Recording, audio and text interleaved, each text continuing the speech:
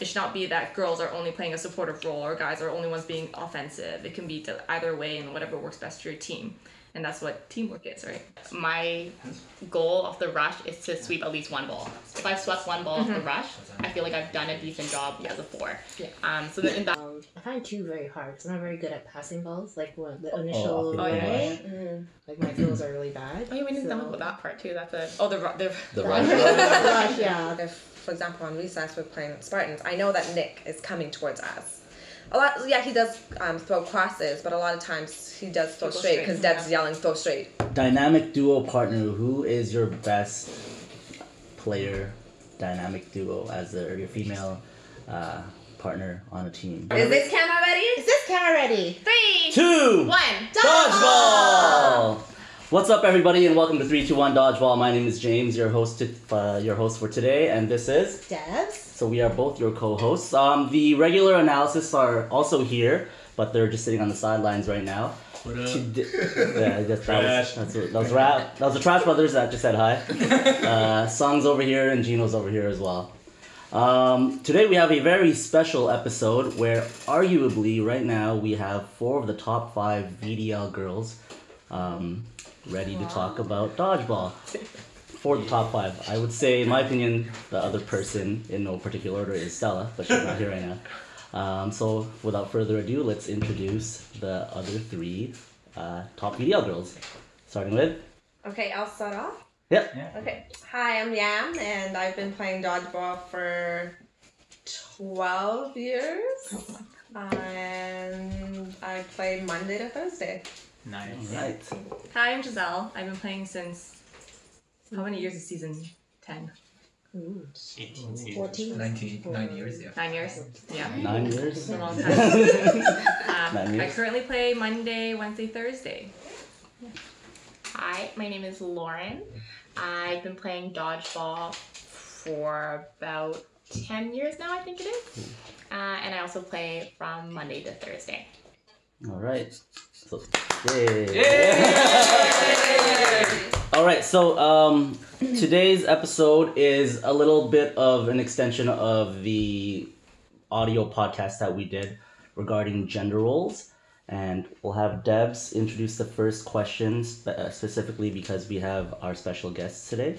Yeah, because the last episode when we were talking about gender roles, a lot of people were messaging us and saying that, we actually like a girl's opinion on it, because they didn't really like what Enzo was saying.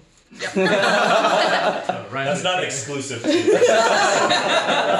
kidding. So, I mean, I don't know. What do you guys think about gender roles and dodgeball? I think we talked about this a little bit off camera as well, and that most of us don't believe in like the term gender role. Yeah. I think it's quite sexist, Enzo. Yep. I agree. Yeah. Basically, I don't think there should be a definitive role for a girl or a guy on the dodgeball court. I feel like you play to your skills. You play what's most advantageous for your team. If it just so happens that a guy throwing is more advantageous than a girl, so be it. If it just seems like a girl is more advantageous for catching, so be it. I have definitely seen teams where a girl is throwing much harder than a guy, and it's much more advantageous for her to be throwing instead of a guy. I'm not going to throw any examples. Enzo. Yeah, I think Monica thought. Yeah, Monica. You don't really have to think that's an objective truth. What's her name? Teresa? Oh, Yeah. Teresa She is throws the bomb. So hard. She definitely is like one of the hardest throwers on her team, if not the hardest. Teresa. On her team, she's the hardest Christy one. throws pretty hard too. Yeah. Antonia Yeah. throws pretty hard too.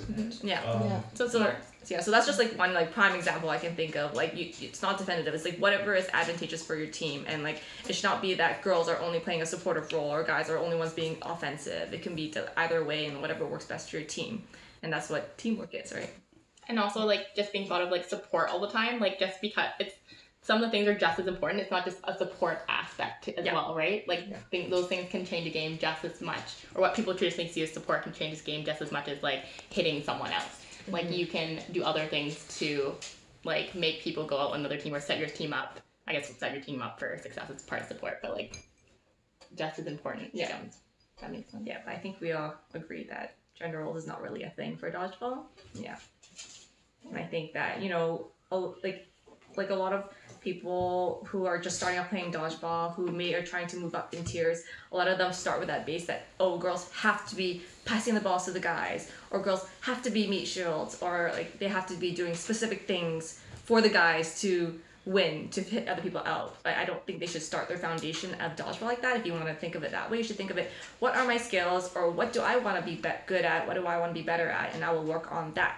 And then from those skills will help me develop into a specific player that I want to be, and then put me on a team that I want to be on with other players, right? Because there's such a large mix of different kinds of players with different kinds of skills. So if all girls were all playing the same role, it's not really going to fit to the mold of every single kind of team, where you have several different guys that play several different kinds of roles. So there's so much more variety of different roles on the team. It's not there's not just offensive, defensive. There's a support role, like Lauren was just saying, right? So that's just another view of it. I think to add to that, I had an opportunity to coach for a couple of weeks, and being in tier 2 and 3, a lot of times I'll ask the girls hey, what would you like to learn? And they'll say, well, I'd like to stop balls so I can give the balls to the girls. And I would just go, what did you just say? And I get so angry. You can stop that ball for yourself. You don't need to stop that ball for a guy, right? So, and I'm if you want to get better, your role isn't just to stop balls. Try everything, throw, catch, do whatever you can to help up the team. But don't think that your role is just to obtain balls for your teammates. Exactly. Yeah. I did the throwing clinic for dodgeball, and a lot of girls, every single girl at the clinic legitimately wants to learn how to throw harder. Of course they want to learn how to catch, but everyone wants to learn how to throw harder. So I think it was a great opportunity for girls to be able to learn how to throw. And I tell every single one of them, just learn how to throw. I don't care if you're throwing catches, just learn how to throw, just keep practicing, just keep getting better. You don't have to give it to that guy next to you. If you want to throw, you throw. Yeah, just throw smart, right? Mm-hmm. Yeah. If you want to. The whole point is that you can do whatever you want to do. If you don't, I prefer usually not to throw that much, because it doesn't lend towards my skill set too much. Yeah. And I don't feel like I should be forced to throw if I don't want to, if there's not a situation that's advantageous for me. Yeah. But I can be smart enough to choose myself when I want to and when I don't want to. Yeah.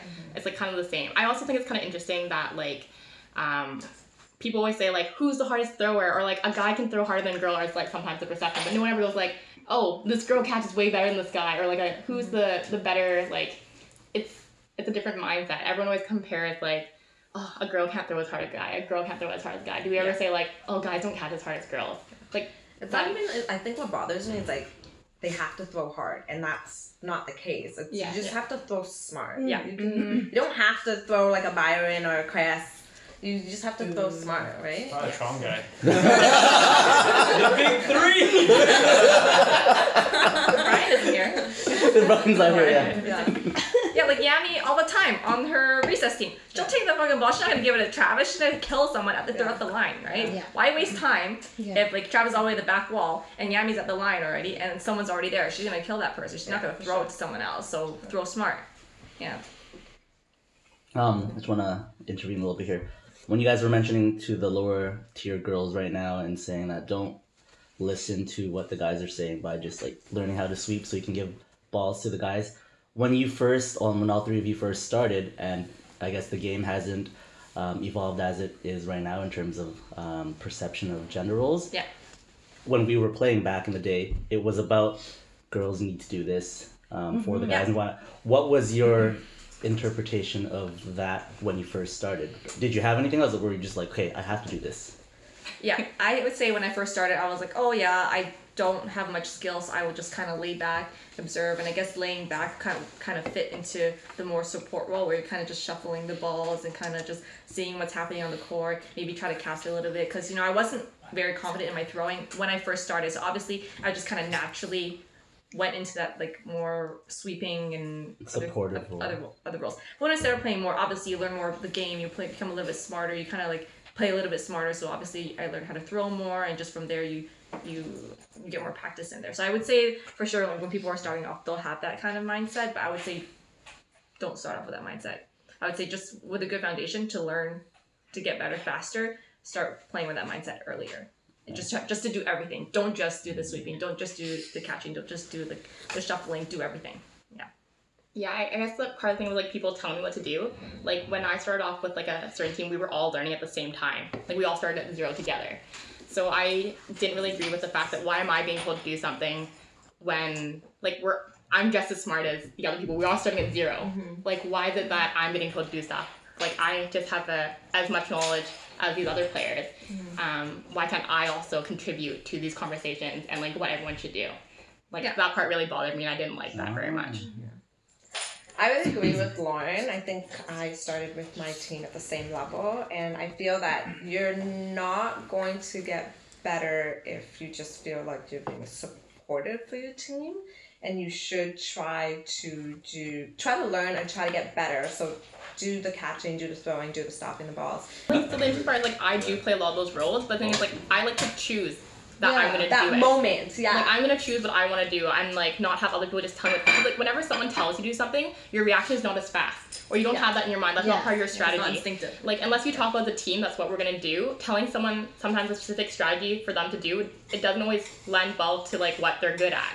Like a person themselves should know and can communicate with their team about it. Like be less directive. Like I think you should do this, you do this, you do this.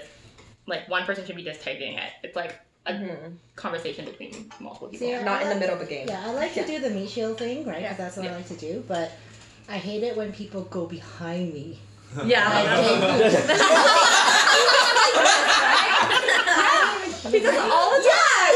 I don't like. Because then all the balls come at you, right? And you can't really. You're distracted. Yeah. Carrie. J-Boo.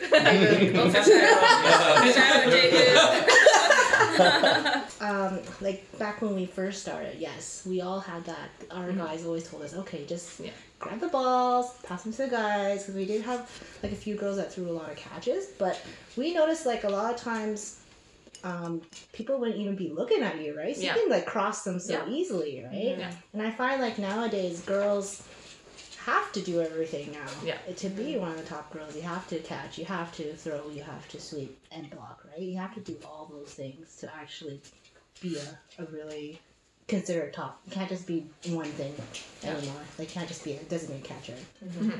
Right? So like last video we were talking about Monica, right? Because she was just Monica Lang.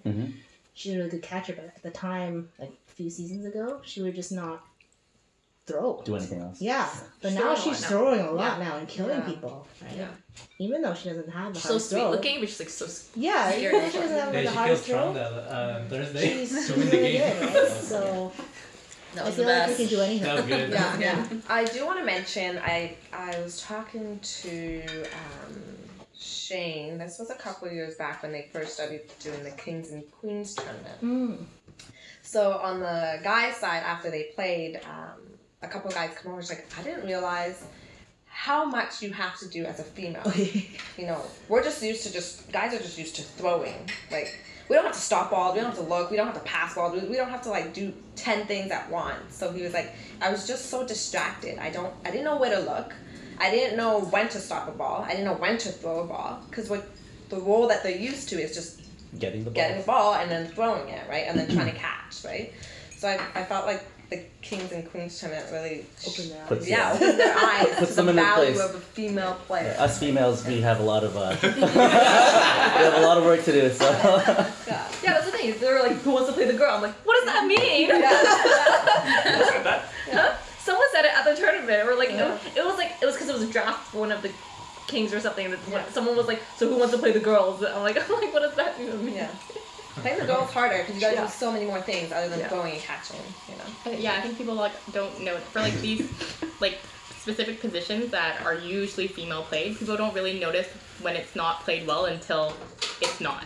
yeah. Yes. Like, because then it becomes destructive, and you don't like think the timing's off. Like little things that you expect to be correct or not. Like even something small like ball distribution. If you're like giving all the balls to one side, you didn't split them. People don't notice that. Yeah. Or you got it like there's small things that really matter. Like when it's a really tight game. Yeah. Even passing the ball. You pass a little bit too slow. Yeah. You like or pass you it too try far to up. pass it to the wall. Right?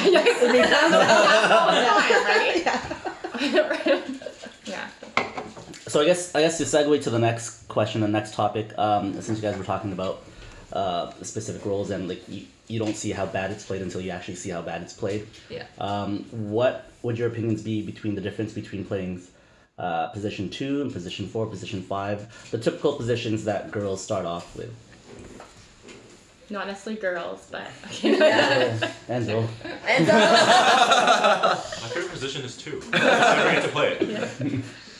So I would say most people agree that position 2 and position 4 and 5 requires an equal amount of like focus and concentration. Like you have to like focus all across the board, like who has the balls and everything. But I would say 2 is more so people would agree that it's more of like a cross cover, like you're looking out for the cross for your 1. I think most people would agree that's 2's role. I think I can only speak to 2 and 4 and 5 because that's what I mostly play. I don't know if you guys have played other positions. I would say 4 and 5 is almost the same job. You're kind of covering the cross for the 5 and or 6. But you're also kind of looking for the stray ball to like sweep, obviously, because I think there are a lot of straight balls coming towards the 5 and the 6 most of the time. But yeah, that's my perception of it. I agree. I think it also depends what your teammates want. Because, like, for example, like Endo prefers the 2 that's back. So, like, that will be, like, so then I'll know my role is not, or if I'm playing 2, my role is not to cover and I'll play back. Or, like, also if I'm playing a 4, usually what I try to do is a 4. I don't play it as often, but my goal of the rush is to sweep at least 1 ball. If I've swept 1 ball off the rush, I feel like I've done a decent job as a 4. Yeah. So then in that case, I'll step farther back if I want to sweep and not cover the cross. But I have other people tell me, like, I want you to take my cross if I'm playing 5 and you're at the 4. But some people don't like that because they want to be able to throw the cross. So it just depends what your teammates want to do around you. It also, it depends on who I'm playing with. Like, if for example, if I'm on recess, I'm not really going to cover Travis because he's like twice my size. Yeah. I feel like, well, if I stand here, there's so much more surface area that you could hit and just go past me. Yeah. In the role of 4 and 5, I would probably try to stop balls, but I'm not very good at that. So I just try to stay alive. Yeah. I think that's the most important thing, is just to stay alive. And then once I'm alive off the rush, then I'll try to look for a ball somehow. Just I think I'm more patient just off the rush to see what's going on the court first. In the role of 2... No, I think what you do a lot is like you kind of just scream at the guys. Yes. Yeah. I think because wherever you are, like I would say, like going off of your point, like you're not a meat shield. I would say regardless of where you play 2, 4, or 5, you're always those are optimal positions to see who has the ball, so you can communicate to the rest of your team. You have a really nice visual of the court in that position, right? Yeah, that's true. Watching the crosses, listening to the count. Sometimes I'll grab the ball, like hey Travis, give me the ball. Yeah. And I'll pick up. If you feel like you're losing, like gender roles, I'll start with it. Like, give me the ball. Like, I'll start with it if we feel like we're losing, right? Why not? And then I'll play 5 with the ball. And it changes the game because they have to adjust. 'Cause now they're like, well, what do we throw? Yeah. Like, do we still try to get the guy in 6, or do we try to get the girl with the ball, right? So, I don't know. That's my opinion. I agree with what you're saying, though. Like, if you're not starting with the ball, because traditionally 2 and 4 don't start with the ball, you do have a lot more of an opportunity to see things and then vocalize things, because like there's less attention on you. Yeah. So you're not as like agitated and like worried about stuff, so that you have that ability. You have the opportunity. I agree. Because then like whoever's at 2 can watch on that side, and then whoever's at 4 can watch on this side, which I think makes sense. Right? Yeah. Want to add on? No. I mean, I play both. I find 2 very hard because I'm not very good at passing balls. Like the initial like my throws are really bad. Oh, you didn't know about that part too. That's the rush. The rush, the actual initial rush. Yeah. It's I don't have a good throwing. I don't know, passing ability. I don't know what it is. I don't know how you guys do it. I suck at passing too. I can get there real good. I can't throw it back. Everyone has like different ways. Everyone has different ways of doing it. Stella doesn't even look. She's just like Sometimes her ball goes so high. I don't have to jump for it. But she's very accurate without looking at the ball. She's like, she knows what it is. I think the best I've seen is Carolyn. This thing where she just like corrals it to you. Yeah. And it's like perfect every time. Yeah. It's interesting saying like you don't even like she knows where people are without looking. It's also kind of the same thing where like without a lot of times you're not like necessarily seeing exactly where people are or like where they are in the court, but you can like feel because you've played so long and the court is always the same. Like you know where the outline is. You're not always looking at it. You know approximately where the wall is. You know approximately where the line is. Yeah. In the same way, you kind of know if you play with the same people where they're going to be standing. Yeah. To some extent, like off the rush or even throughout the game, you have a feeling of where everyone is because you play with them so much. Yeah. Do you guys have an opinion on playing 2 or 4 or 5 if whoever's going to start in that position needs to have a particular skill set to be really good in those positions, or is it something that you can just adapt to? I'm not sure I understand your question. Like Deb said she doesn't like playing 2 because she can't. Oh, But I with the think, running. like, Okay. I don't mind. I don't I mind think so too. too. Yeah. Just the initial running is so that's why the other girl usually runs for me sometimes. Like Right. Zen will run for me. Yeah. Because I find like Just sometimes being 2, you have like if you're not a very good catcher in 2, I find like a guy will just kill them. Or they don't even care. They're just yeah. they're Just right off the rush, just like Yeah, just kill her, right? Yeah. And but when we switch or whatever, like if we find out like okay that's not working, and I switch to 2, Yeah. they kind of have a little bit more respect, and they kind of just Because throw you're a around. better catcher. Yeah, and then they just kind of throw around or spike it to the ground or something like that. Right? So that you find it's a little bit more. I find like position 2, I find a good catcher. A good catch. Okay, so that's like one skill set. Debs feels that position 2. Yeah. You need to be a better catcher compared to, I guess, position 4. Whoever's going to play position 4. I think it depends on how, like, once again, how you're playing it. Like, if you're playing it up so that you're taking off an angle, Yeah. maybe you are looking to be able to catch or be able to, like, watch, like, multiple sides at the same time. Try to look at the full court at the same time. Just the way I usually, myself, play the 2 or 4. And when I play the 4, I'm more relaxed and I'm trying to sweep a ball. Yeah. So that I would want to be a better sweeper. But that's just because my goal in a 4 is to sweep, but I think when we were talking about it, that's not everyone else's goal. Yeah. So it just depends on what your goal is. So for me, my goal in a 4 would be to sweep, and my goal in a 2 would be more to catch. Like, I'm not as much preoccupied with sweeping in my 2 spot because I'm too scared to, like, turn, and then just, you've now not done what I thought the role was, which was to cover the cross. But it just I depends agree on with what that. you do. No, I agree with that. Yeah. I would say it depends on who you're playing. Because Like I with or find playing against. who you're playing against, yes. Because I find that some people will throw straight, other people will throw cross, right? So if for example, on recess we're playing Spartans, I know that Nick is coming towards us. Yeah, he does throw crosses, but a lot of times he does throw straight because Deb's yelling, throw straight. Listen for the other team.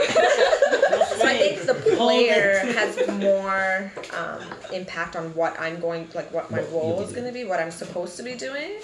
That just comes over time because you know how people play over time. Yeah. You know if they're going to throw straight, if they're going to throw across.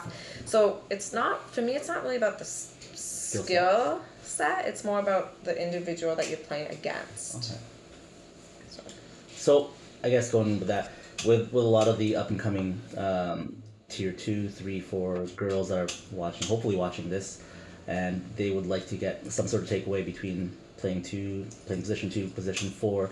What's at least 1 or 2 things that you always want to try to do that they should try to also implement into their game off the opening rush? Like Lauren says, one of her main things is to at least sweep 1 ball off the opening rush. What's something else that you guys would feel is necessary to feel like you've contributed off the opening rush when you don't have a ball? Because sometimes you're just like, well, I'm not going to do nothing. I don't have a ball really off the opening rush. But what's something that you can tell some of the upcoming girls what they should try and focus on off the opening rush? That's not too difficult or too like meta in the game right now. I would say communication is a big one.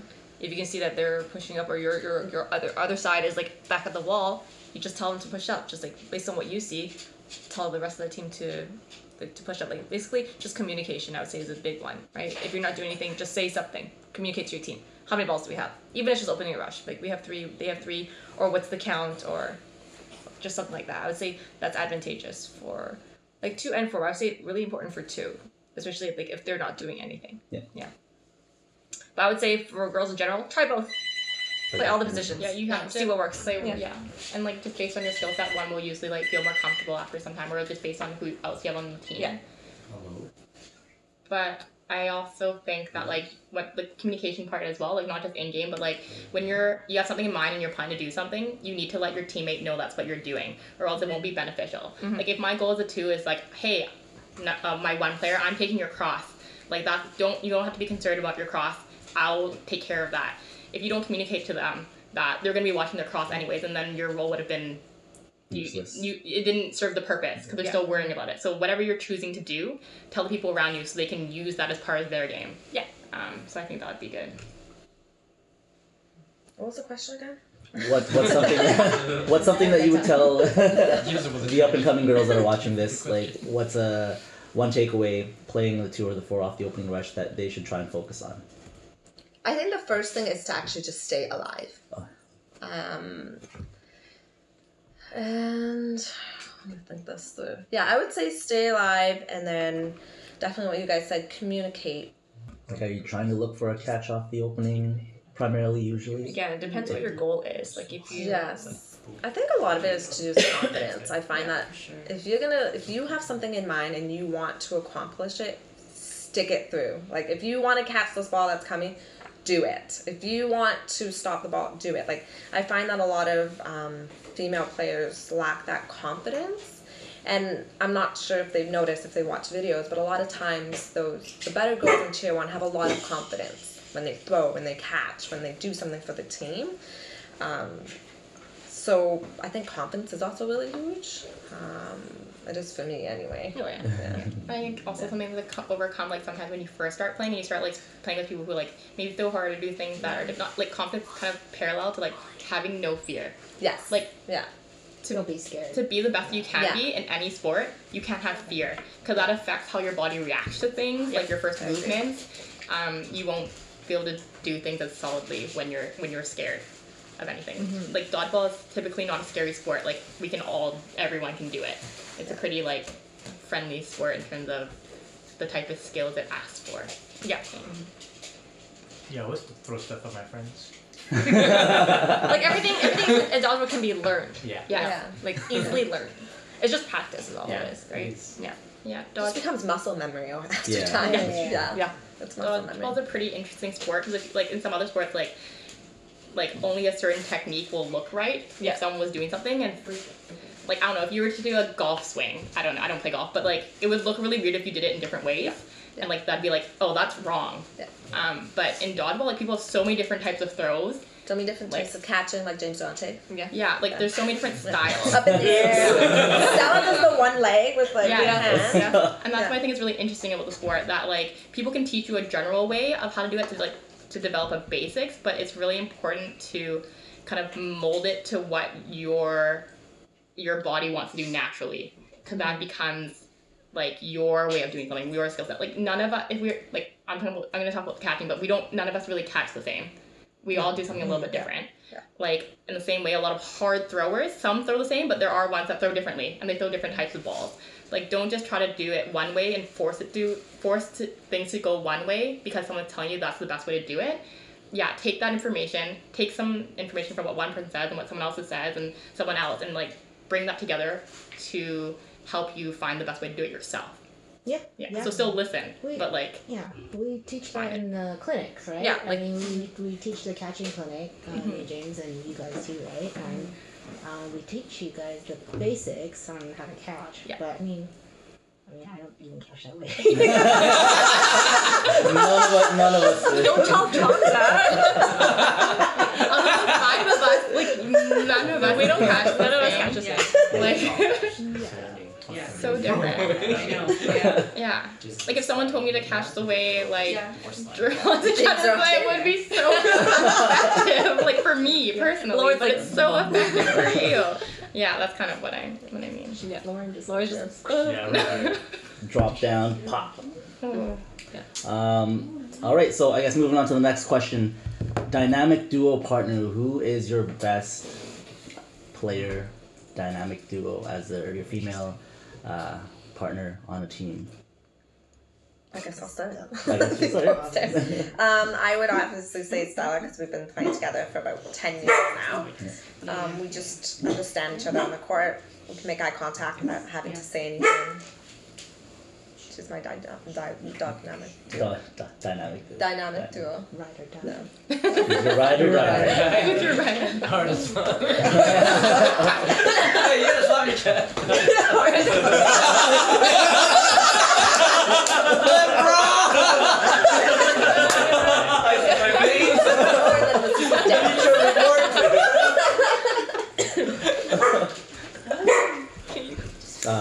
Just I would probably say Wincy. Wincy. Yeah, I've been playing with Wincy for a long time. She's been on we played together Thursdays K-pop for a long time with Wincy, and I just sometimes we don't need to communicate. We just kind of give each other the look, and then we know what to do immediately.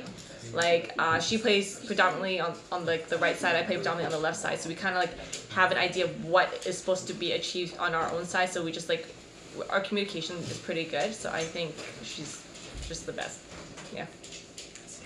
I played a lot with both Nikki and Ashley, and I enjoy playing with both of them. I feel bad for both of them because I think I'm hard to think of with because I'm not used to throwing as much. This is something I can work on. So I think I'm challenging to partner with. I'm the one that's more difficult. They're probably wanting other people to partner with. Yeah, so I think I like to partner with a girl who has a strong arm because I think it's complementary because my arm is not as strong.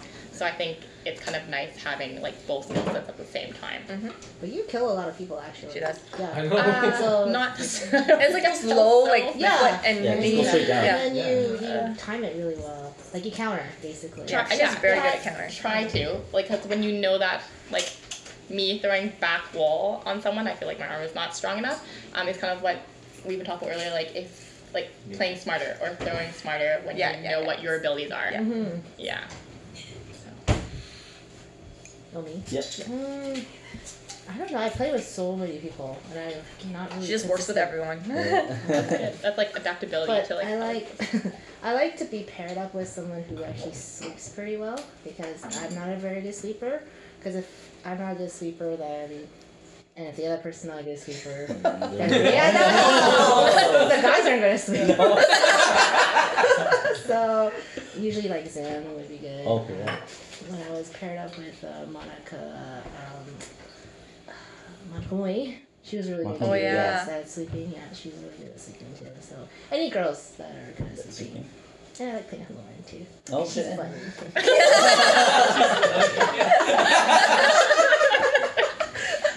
Yeah. All right, so that's your favorite dynamic duo partner. Now we'll go on a generality, and who do you like playing with in general? I really like playing with all these girls. Yeah. Yeah. Who wanted to know about this question?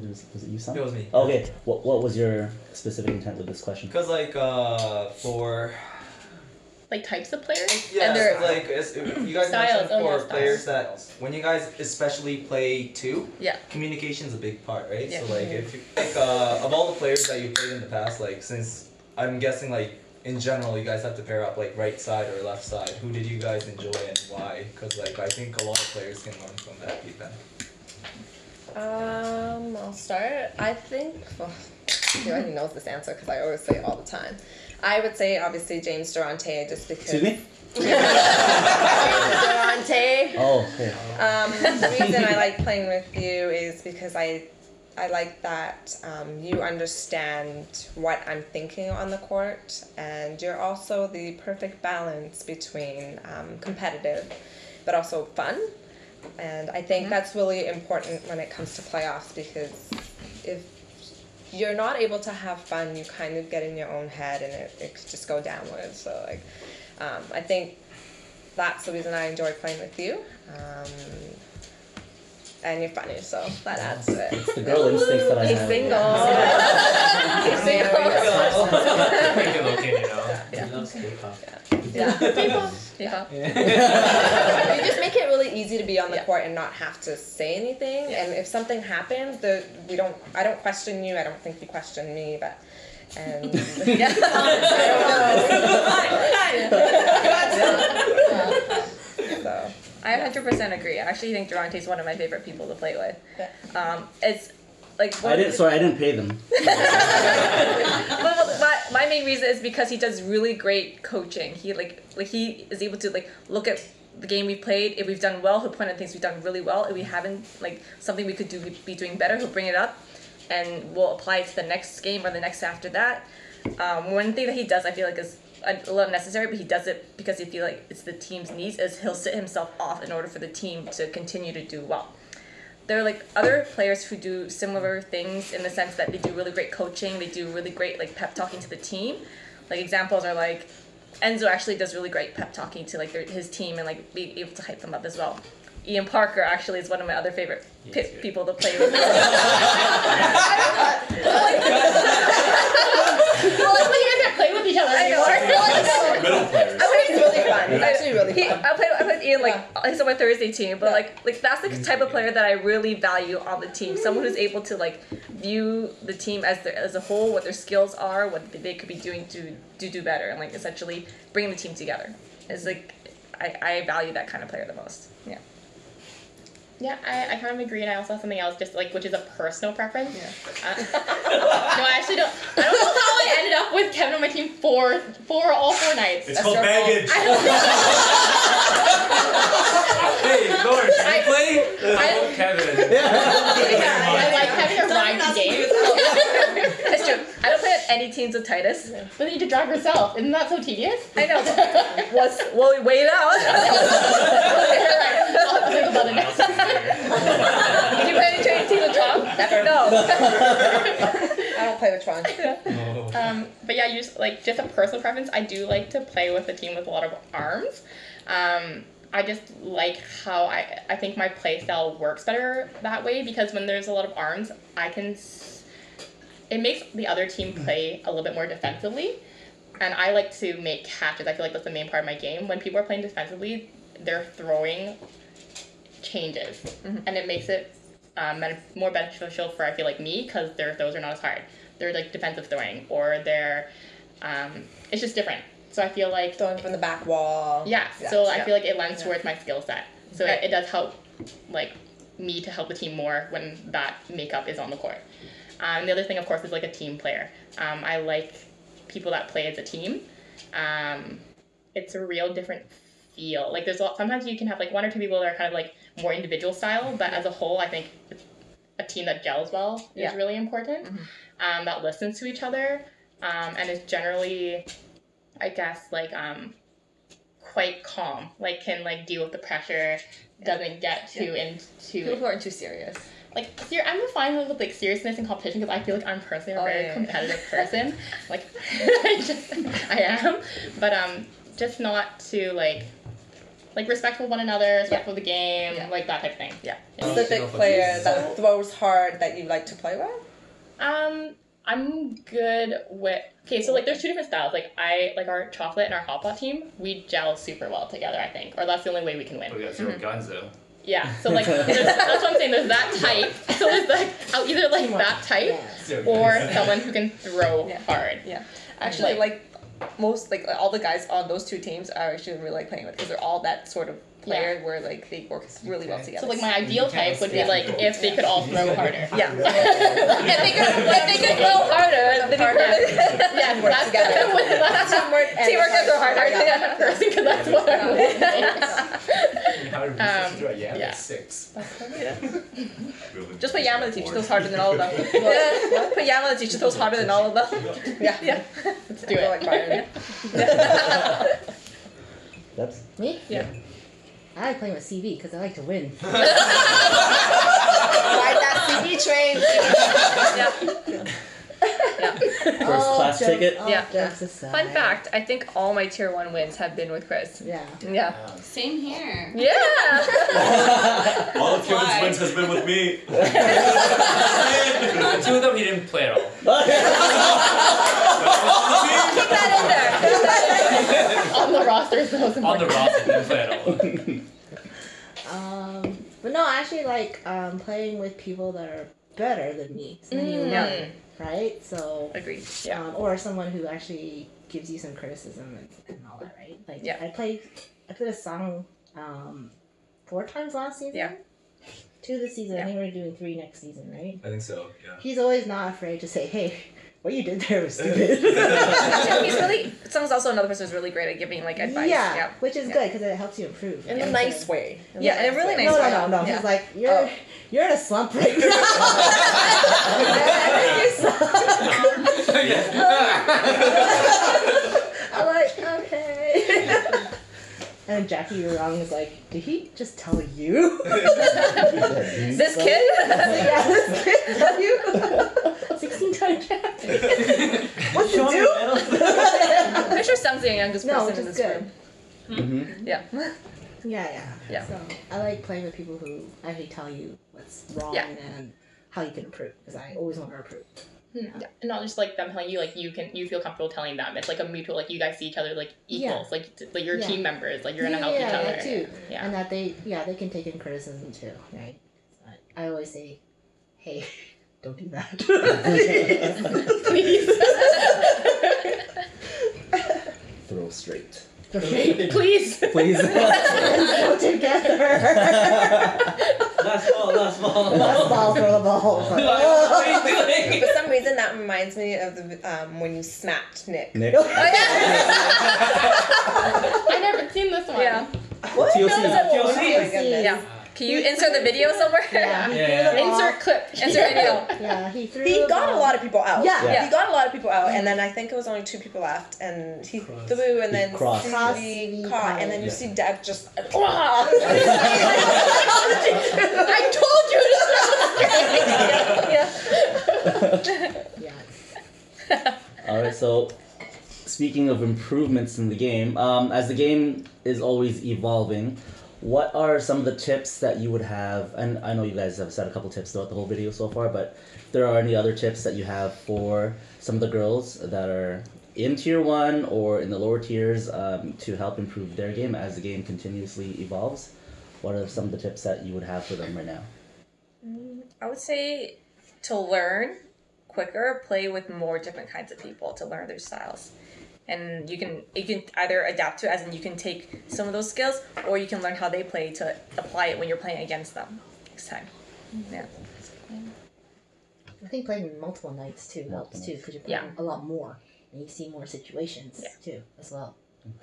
Yeah. I think a lot of little things make a big difference in the game. For example, ball count. I want to use this scenario because I've seen it so often, and it annoys the hell out of me, but I do want people to get better, so I'll just say it. A lot of times you'll see 2 people on the court, so for example, it would be myself and Giselle, and the other team has all the balls, and they're about to throw at Giselle, and we have no balls, and let's say one comes our way, and it's coming towards me. They're at about, I would say 3 to maybe 5 seconds to about 3 seconds. And a lot of times I find that female players will take that ball and think, okay, I got to give this ball to the person that's getting thrown at. Mm-hmm. But really what you're doing is, 1, distracting that person. 2, now if that person gets hit, you got to go after that ball so that you could make a play. And 3, I don't think it really accomplishes anything, and they get hit, right? So I think that's something, little things like that really make a big difference in the game. I think that in those situations, obviously this comes with playing more often and seeing different scenarios. But in that situation, why are you giving that ball to her, or to him? You might as well grab that ball and try to fake it. At least now you have control of the court because your ball is now at 9 or 10 seconds, well, when they're at 3 to 1 seconds, right? Mm-hmm. Something like that makes a huge difference on the court, and I think those are the little things that you need to pay attention to, and I find that a lot of female players do that with the guys on their team. It's like, well, I got this ball, I'm going to give it to you, and there's 3 seconds left, but they can't do anything with that ball, right? Yeah. Mm-hmm. So I think little things like that make the biggest difference in the game. I agree. That's just an example that I see all the time. Yeah. Among tier 1, females, and I'm like, if you want to improve, those are things that you have to pick up in the court. Be more aggressive. Yeah. Play on that ball. You don't have to give it to a guy. Yeah. So. I'm thinking about that scenario myself, and like I make that mistake a lot as well, especially with the low count. If I had a higher count, I think sometimes it is beneficial to give, depending especially who that player is. Like we all know, like our teammates. It's important to know your teammates, right? And we had some teammates, like they might not be a good not good catcher. Like they might be a good blocker, and then you're like, they need this ball or they're gonna die. So like that, I definitely understand your point, and it's totally right. I would say the one caveat, if you have a little bit more time and you know like whoever this person, guy or girl is, if they have a ball, their chance of survival is like maybe like way higher, then maybe give it. Just it's once again like knowing your teammates and the situation. That's what I think. And then just general tips, I think like my biggest one is no fear. Like for whatever level, is just not being afraid. Not being afraid of any person on the other side of the court, or being afraid to play, like as Deb said, with people who you perceive as being better than you. All those things I think are really important to getting. I think that's just really important to getting better. Okay, Can you repeat the question? When I was talking with a couple of Doki Doki players, Keith and Cynthia, we mentioned it before in the podcast, but throwing smart, not a lot of tier 2, tier 3 people like understand that concept, so can you guys talk it? Throwing smart. Yeah. What is smart? So smart is using the ball appropriately. I would say again, understanding the situation. Say, for example, you see that people on the other team are trying to throw at one of your teammates who are on the other side. What Lauren had just said, that is a prime example of throwing smart, is like whether or not to pass that ball to them, or what Yam said, whether to keep the ball and throw it at them. So depending on the situation, it would be smarter to using the ball to its best, like to its best potential. So playing smart means assessing the situation and then using the ball what would be most advantageous. Like for example, if there's 2 guys or like 6 people throwing at one person, you want to use the ball depending on that person's skill to either fake, distract, or pass them to block. So those are different scenarios of playing smart. So just to reiterate, I think we can go over like some very common scenarios. Those are like, 2 common scenarios. Some like typical things that happen in a game that you can throw smart, and when you can throw smart.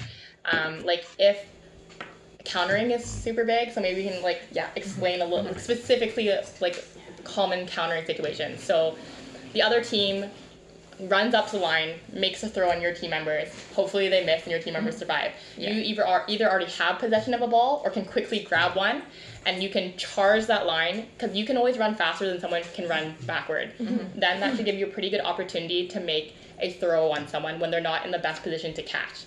So that would be considered a counter, and that would be hopefully a smart throw. They should have a less chance of catching you, and you have a higher chance of hitting them out. Yeah, and you get most of your kills that way, right? Yeah. Yeah, most of us girls do actually. Right? Yeah. So, because it's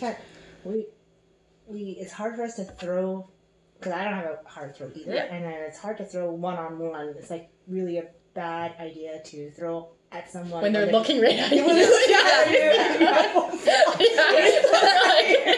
Exactly. So the best chance for you to actually kill someone is a counter. Yeah. And you don't want to throw from the back wall. No. Yeah. That is also another example of smart. I think, again, throwing smart is always keeping in mind the count of the ball, right? I think that's important to mention. So picking up the ball after you hear their count, or faking it, that's throwing smart. Throwing smart also means you don't necessarily have to hit the person. You can hit around, like you can throw around them, right? Make that person reach, or throw near their feet, not at them. Again, you don't have to throw at the person. You just want to distract their eyes from throwing at your own player, right? So things like that. Definitely picking up the ball after you hear the count of the other team. That's really, because then you have control of the court. You fake it. They have to get rid of their ball before you do, right? So even if you're able to throw off a couple of people, that gives your teammate an opportunity to catch a ball. And it kind of messes up their teamwork. So I find that the count of the ball really is really important to me. It's one of the most important things I look for when I play dodgeball and throw smart. I also want to say throwing smart means working with your teammates to throw together. You will hear a million times throughout the season, every single night, for throwing together. Some people, starting out, will even count down their throw together. Yeah, I mean, when we were allowed to reset, people would count down the resets together. I don't know if you guys remember that. Who was the team? Reset. Yeah, I mean, when you were allowed to reset, people would reset their balls because it would be smart way to throw to get the balls back in order to throw together.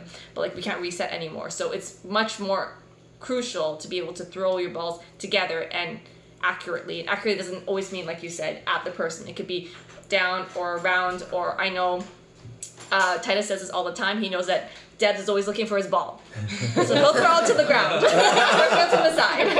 Because Titus always throws first. Whenever, even if we His ball first. You might start at the same time. Even when you he's throw at the same faster. time, or if you're breaking the count with a ball, if you have a ball and you're kind of trying to stumble them, even if you throw your ball at him, he'll still throw. So So that's another example. Throwing together or throwing accurately. And another example, know your opponent. Knowing your opponent and communication. Yeah. I have two more scenarios that come to mind for me. One is not necessarily throwing, but just in terms of what Yan says, when you're picking up a ball. If you don't have an intention to make a throw on the ball, I wouldn't preemptively pick it up early because you're just running down the count for no reason.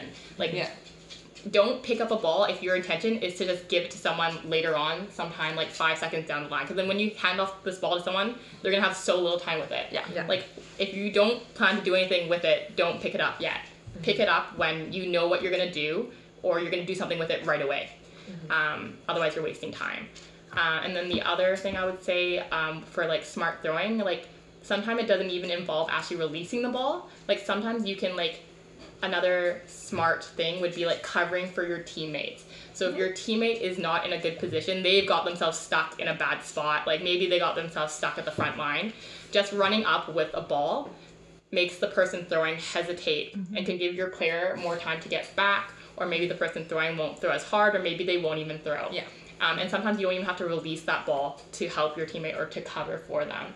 You can just have that presence and fake a throw. Faking is also really another thing about smart throwing. A lot of people fake. I think faking got really popular in the last 2 years. Because of 7-inch. Because of 7-inch and because of TOC. TOC, the odd time teams. People will be freaking faking. I'm that's more tiring than the game itself. I'm not doing that. And then everyone started to do it. I'm well, I guess I should start doing it. But it has become a great strategy for teams. It's good distraction to get back even just the 1 or 2 seconds to get your teammate to come back to the back wall to that safety zone. But I'm huge on the fake throws. A lot of people are huge on the fake. Doing it since first 2 seasons I was playing. I always like fixed. I think you always did face, but you're much more aggressive on it now, which is much scary because you don't know if you're throwing now, right? I've even seen Des pull the no ball fake, and I've tried to do the no ball fake too. You can get people, and when I do the no ball fake, they don't get to do it. Even if you don't have a ball, you can actually. You know who the master of the fake is? It's Din or something like that. Oh, Din. Din? What happened to that guy? He has a family now. I do want to add on to the throwing smart. Another thing that I would like to do on teams is if I decide to pick up a ball, I'm going to pick it up after I hear the count of my own teammates. So if I have Debs and James picking up a ball, I'm okay, well, they're on 10. I want to help out, but I don't necessarily want to throw with them. Instead, I want to maybe throw right after them when you see people trying to stop balls. That's also throwing smart, right? So I'll pick it up maybe, okay, well, they picked it up now. Okay, I'll give it maybe 4 or 5 seconds. I'll pick up my ball and pretend I'm going to throw with them. But instead, these two are going to release, and I still have count on my ball. I will release after to try to hit the person that's most likely going to turn around to stop those balls, right? Or to stop the person who is trying to stop the balls on the other court. Right? That way, that gives James and Debs, if they miss, an opportunity to get the balls back, and we can reset and play forward. I think that's a smart throw as well? Yeah. I totally agree. Like as a sweeper, if you change the mentality and we think of like what a sweeper should do, usually unless you're like so desperate that you need like, oh, we're bleeding out slowly and you need to get one ball, you're scared to commit to fully sweep unless every single ball has been released by the other side of the team. Yeah. If someone's holding 2 balls, you're like, I can't really go because what if I don't make the sweep happen and then you just die? Yeah. Because you got Yanni on the other side trying to kill you. Yeah. You have to make sure that every ball's released. So in you not doing that, it's like a huge advantage. Throw straight, that's throwing Go smart. straight. Don't throw crosses, that's Yeah. throwing, unless you're trying to cover someone or giving your teammates an opportunity to come back after they release the ball. Yeah. Then I would say sure, throw across, but most of the time throw straight, throw inside. Even if you're trying to get their best players on the end, the ball should not be outside the outline, right? Because You you're want to gonna get it on the inside in case you miss, at least you have an opportunity to go again. So that's throwing smart. What's your opinion on throwing tight? Like, you hear me say tight, right? So I like all of the throwers to be like tight together and throw straight because they get the ball back, right? Yeah. Do you guys agree with that as catchers? Like, do you rather have all 3 of them in front of you like that, or do you like it staggered? Or because I find like when one's over here, one's over there, and maybe one in front, you can actually focus on because this one will come later, right? Or, Yeah. That's so interesting. I think the You know, opposite. you think opposite? Yeah, I Prefer actually. them all to come together. I like it all together because now my eyes are just straight. Whereas if it's coming from different angles, my head has to turn to adjust because I don't know who's gonna throw first. Yeah. Well, I mean, it depends on who's on the other side of the court. But sometimes you'll see if it's like Byron, he might be waiting for someone to throw first, even though I know his ball's gonna come first. But he's smart enough in the game to be like, okay, I'm gonna wait because she's probably gonna look for my ball if it's faster. But he might wait and they might throw and their ball might come faster. So I prefer it when people are actually tight. So I only have to look straight. I don't know what you guys think. I usually just end up closing my eyes before the There you go, pro tip. It's me, my eyes are closed. Yeah. You're trying to keep them Usually- all with lungs open, but There like, is a picture of you. with your eyes closed. when it's actually here, like at this, they're closed by the time it's hitting me, and I don't know what's like. It's just I don't know what's hit the wall. I don't know what's Yeah. hit the ground Yeah. because my eyes are literally closed. Yeah. Like no idea. I think I do prefer them all coming in one like tight though. Yeah. Yeah. But I can see why you would like it because it's like, well, whatever one comes to me first, right? But I don't like having to do this with my face to figure out who's gonna throw. But for throwing wise, you get the balls back because you're throwing straight. Yeah. When it comes Yeah. out. Yeah. But when it's And like for one- sure you're gonna hit the person. Yeah. Yeah. Yeah. So that's another thing. Like it depends. Like if you're on the throwing side, how accurate are your throwers? Are you the type of like? Do you have the team members that are like, oh, one shot and the chances that they hit the person are pretty high? You can say 'Cause- chocolate fat. Okay, yeah.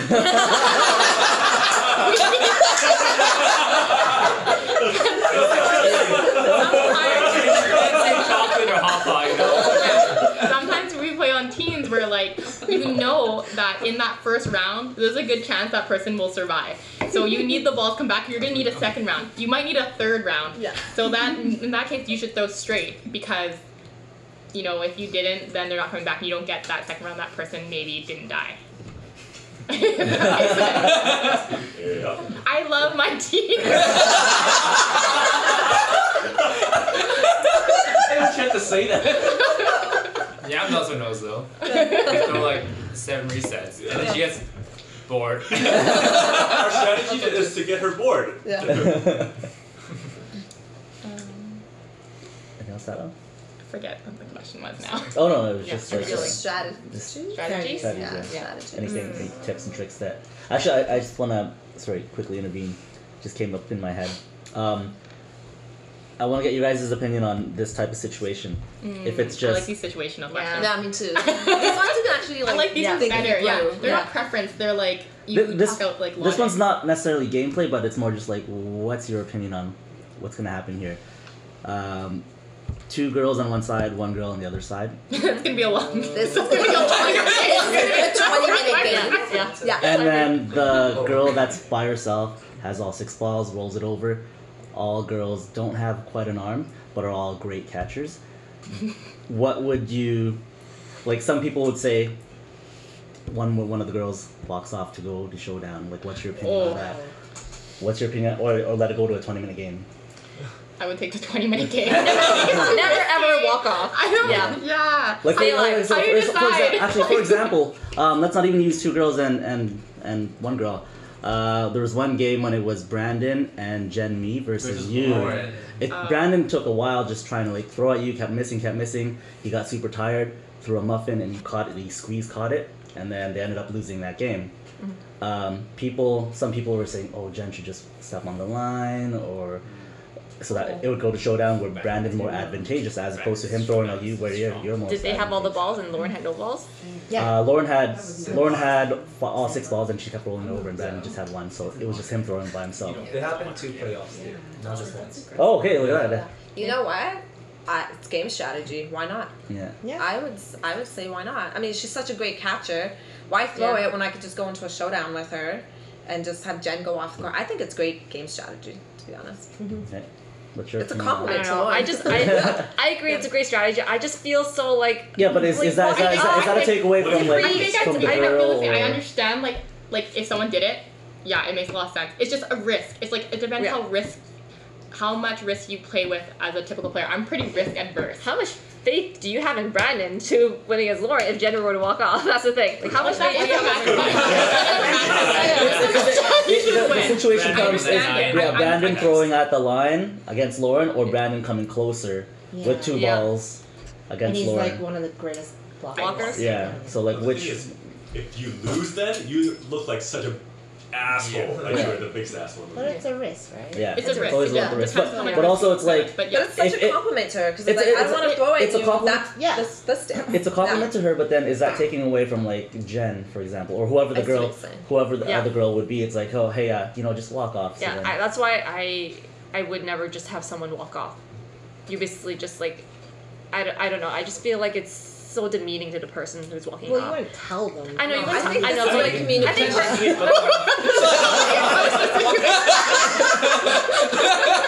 I mean, this is where communication should come in.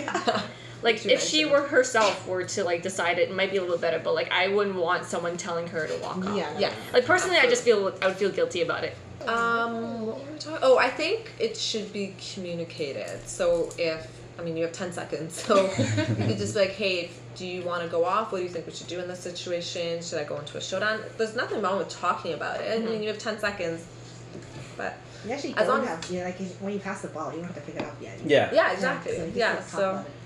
I think it's great game strategy if you feel like that person Should- aka Lauren, is gonna catch it. You might as well and if like say Jen is okay, like yeah, for sure, then why not? Yeah. Right. Communication. Communication. Yeah. Yeah. I guess like what we're saying is like there's nothing wrong with it. It's just like whether you have to decide whether or not that's what you want to do. Yeah. There's nothing. That's a hard one. Yeah. That's a hard one. Did you have? What do you think? No, I'd say go for it.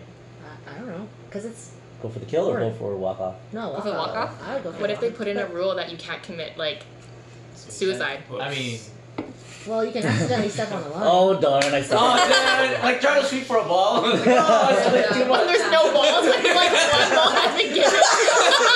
Oh, I missed it and ran full like 6 feet over and fell. Try to sweep, but then you slap the outside line. Like, oh, sorry guys. Tried to sweep the one ball out. Yeah. So that's in that situation where you have like a guy who can throw pretty accurately, pretty well.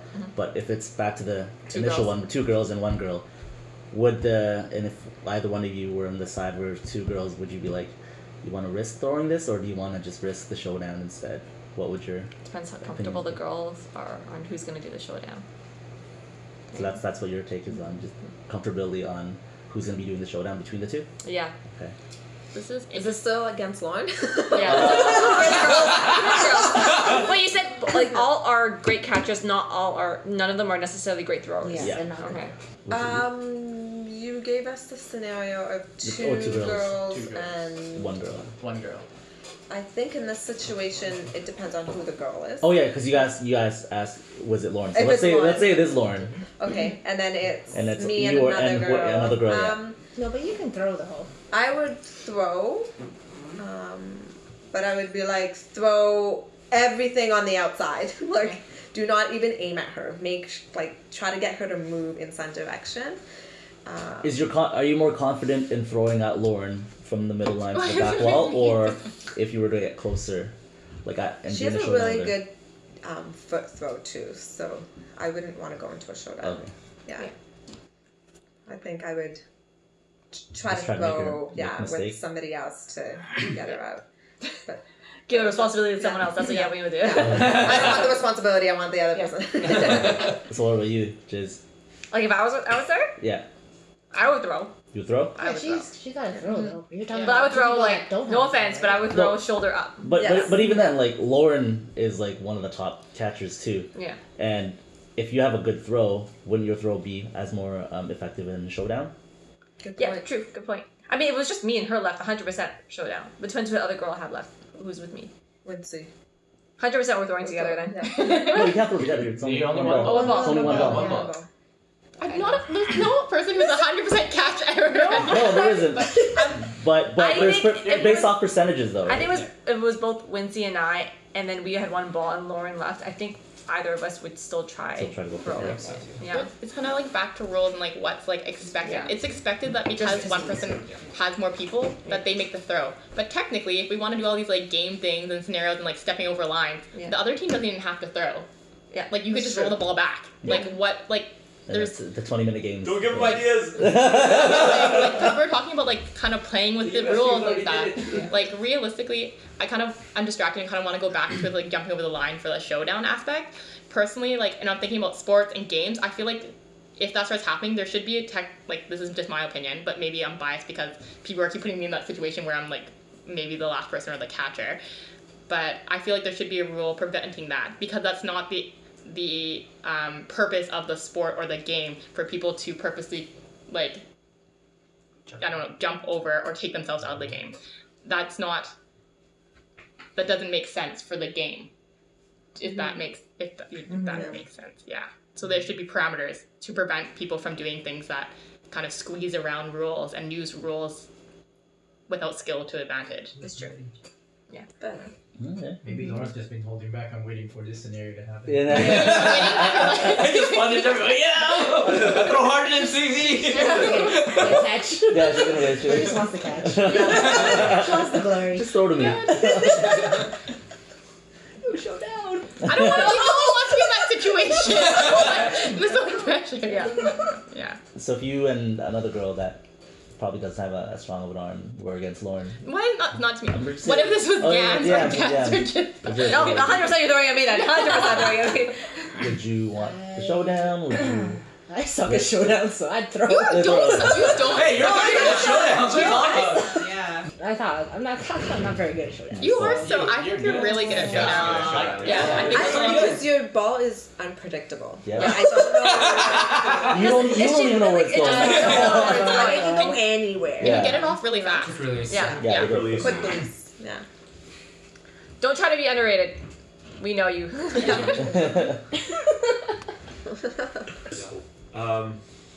On your team, there is one guy left, and you and your other girl, and you know that they're gonna throw at the guy. You guys have no balls. Would you guys want the guy in the corner or in the middle so the two girls can kind of come sweep from both sides? Or if they're in the corner, then it's hard for both of you to. Sorry, say that again? I don't understand. I know. Okay, it's like there's 3 people left on your team. Yeah. You, another female player, and a male player, or whoever, like one player that you think they're targeting. So on your side. and you on have your no, side. yeah, and you have no balls. Okay. So 3 of you, 2 people who are not strong throwers, 1 strong thrower that you know they're gonna target with their rush of all the balls that they have. Do you want the person they're targeting in the middle between the 2 non-targeted people, or do you want the targeted person towards the sideline? Sideline for sure. Sideline. I feel I like agree. So lose the ball in the corner. Yeah. Yeah. And like, you can still sweep that. Like, you just stop when you hit the line. Mhm. Like, you have to sweep less distance, if anything. And I feel like if they're standing in the middle and then they're all lined up to throw in the middle, but you tell that person to shift before the throw, you're kind of getting a couple people throwing cross, right? That allows a few balls to be stopped, possibly, right? So I think I always try to make everybody shift to the side that's getting hit, Yeah. right? Because I want those balls to stop, because I can't stop balls. Because they bounce out, they're coming back in. And you're set, on right? the corners. Yeah. Someone will stop it and bring it back in. Even if they go, hey, we're gonna get this person, I'm like, you better be running to the corner right now. Right? Yeah. Yeah. So it's just adding some stuff to the scenario because the specific scenario that Enzo mentioned, it was from the Doki Doki Dodgeball Week 5 video. It was Dylan, Rachel, and Antonia left on the court, and it was Titus, the only one left on the other side, and he had all 6 balls. And in that scenario, I think Dylan, so the biggest gun on that team, he was playing 6, and the other girls were playing middle and 1, and they were all spread out. What is your opinion on that? Because for me personally, I think the middle, at least the middle female player, should be closer to Dylan, because like to sweep the ball. Makes it easier to sweep the ball, and also for me personally, that adds pressure to me because like I have to be aware of where I'm throwing. Because if I throw it, let's say if I get Rachel out and if it lands on the floor, that gives an opportunity to Dylan to grab the ball and rush me too, right? So what is your opinion on that one? I agree that you should have it not evenly spread out. Yeah. I think that one of the girls should at least be a little bit closer to try to get a straight. Yeah. Okay, how about for Tony, the one that's like playing all across, like on the complete other side? Other side? Yeah. Like, what do you do? Yeah. Is that the right spot for her, or like should she be closer to? Is there a video for this? Yeah, there is. There is. There is, but it like. Yes. What I don't think there's a need for her to be all the way at that other corner doing nothing. I think if anything, kind of like push up a little bit and like toward the court, they kind of create like a little angle angle so if it bounces toward the thrower. Yeah. Just for a little bit more pressure. Yeah. Yeah. I think when you're sweeping, you should get as close to the person that you think is going to be the target as close as you can, while still being able to differentiate whether they're gonna turn to throw at you or the other person. The intended target. Yeah, if you're too close, you can't, because you can't tell if they're throwing at you or the other person. Yeah. And to me, I like that distance actually to be, it depends how fast you think you are. So if you think you're fastest to get there, I would stay farther away because I'm safer, but I can still get there. Like, you just have to choose you have to know how fast you are, your own threshold, and how quickly this person can turn. If this person's really good at throwing that cross last second or a no look, you have to give yourself more distance away from that person. If you think, oh shoot, I need to be close enough or I'm gonna have no chance to sweep the ball, you have to unfortunately get closer. It's just knowing that.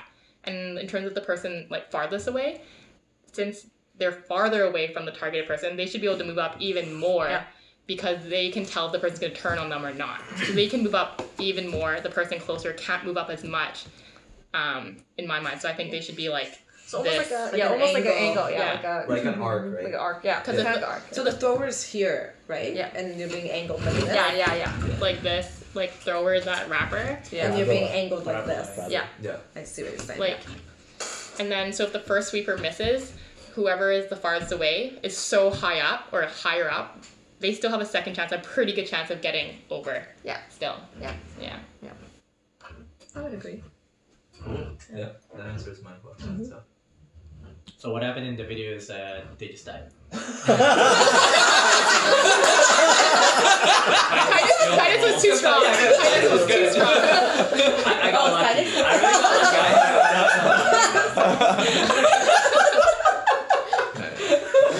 Just outskilled everyone. I think what happened was they were too far from each other, so after Titus hit the first person, they couldn't sweep or do anything because Titus would just pressure them with the second ball. Yeah.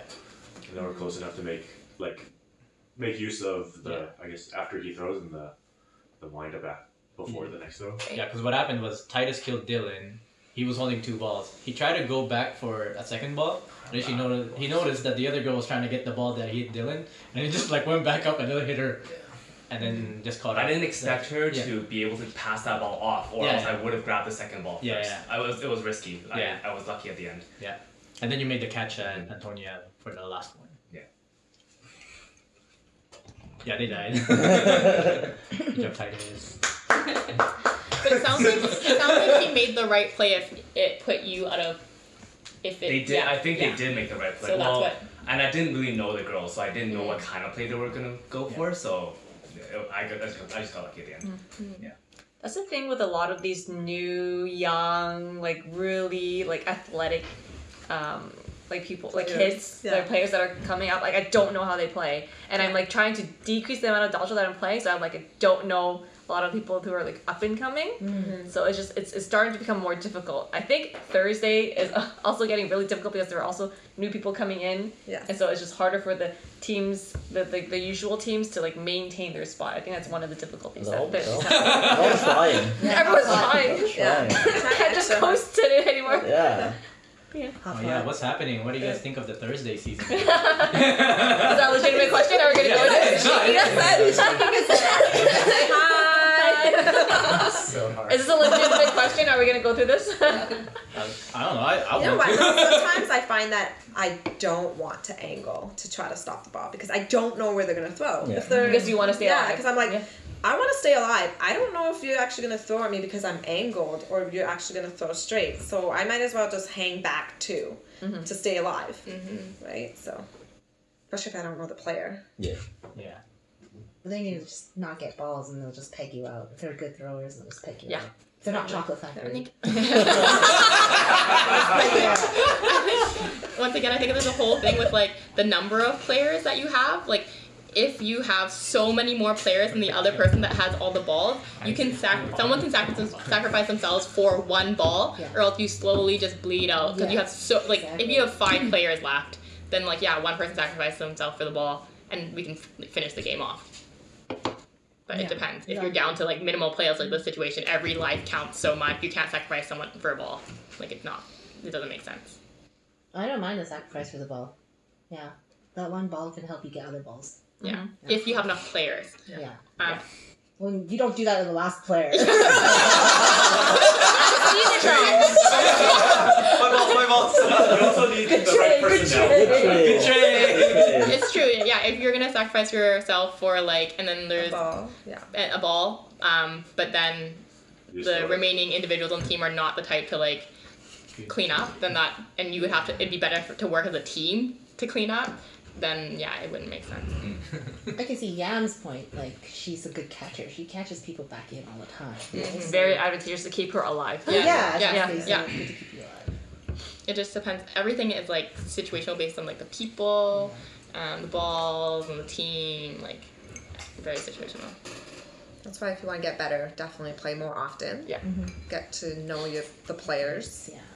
Figure out how they play, how they throw, how they catch, right? And that's how you'll get better as well, because you'll be able to read what they're going to do on the court all the time. Yeah.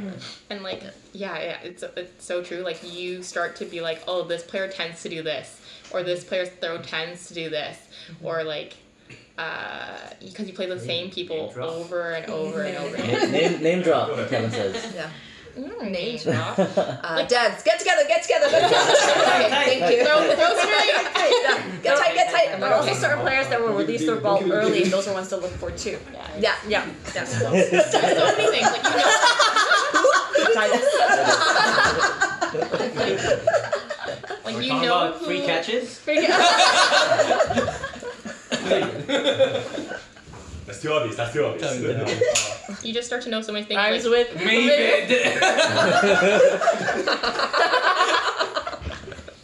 Hey, I think the other guys will probably try and think of another scenario as we go on to the next topic. The next topic is 7-inch versus VDL. What are your thoughts on the new 7-inch game that's going to make waves here in the Lower Mainland? Yeah, I mean, you can go first. So I enjoy video more than 7-inch just because I find 7-inch to be a bit boring. I played in a tournament in Seattle.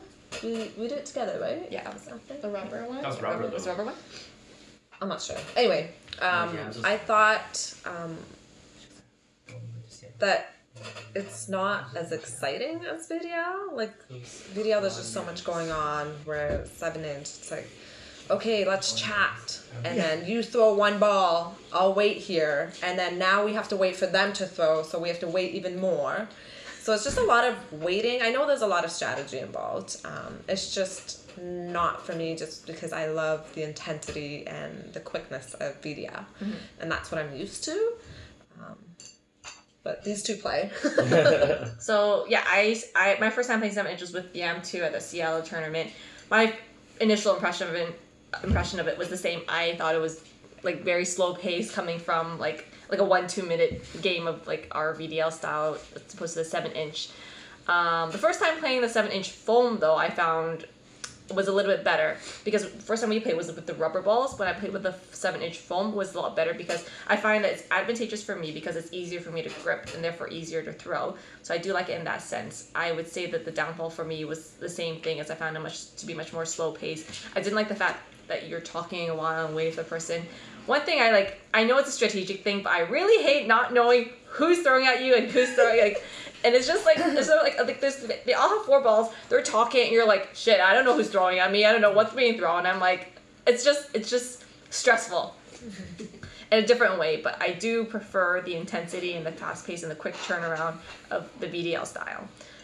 That being said, I've been playing 7-inch a lot more this year, and I do like it. I do enjoy it, but I would say that I enjoy it on a more recreational level than as opposed to competitive. Yeah. I would say, like, I'm a pretty competitive person in general. I kind of say this a lot, but like, I'm having quite a bit of fun playing any sport. It doesn't really matter what it is, but if I was to pick between the two, my preference is towards the VDL style. Bias, we've been playing it for a long time, but I like the quickness of it, which we've all been saying. Yeah. I like the fact that you have to make decisions very quickly. I think that's a skill set, and I like that. And I also think it lends more to my specific skill set. I don't know if my skills translate as well to 7-inch. Because it's a little bit more... What are you talking about? You're so good. No. You throw harder at it, too. Like hopefully the ball's smaller, but like... Yeah. I will say and you're still catching, too. I like that I can throw harder at 7-inch. I feel like all the little things that I like to do in VDL, like those small things that you're like, yeah, I did the small thing that no one else would notice, but I'm happy about it.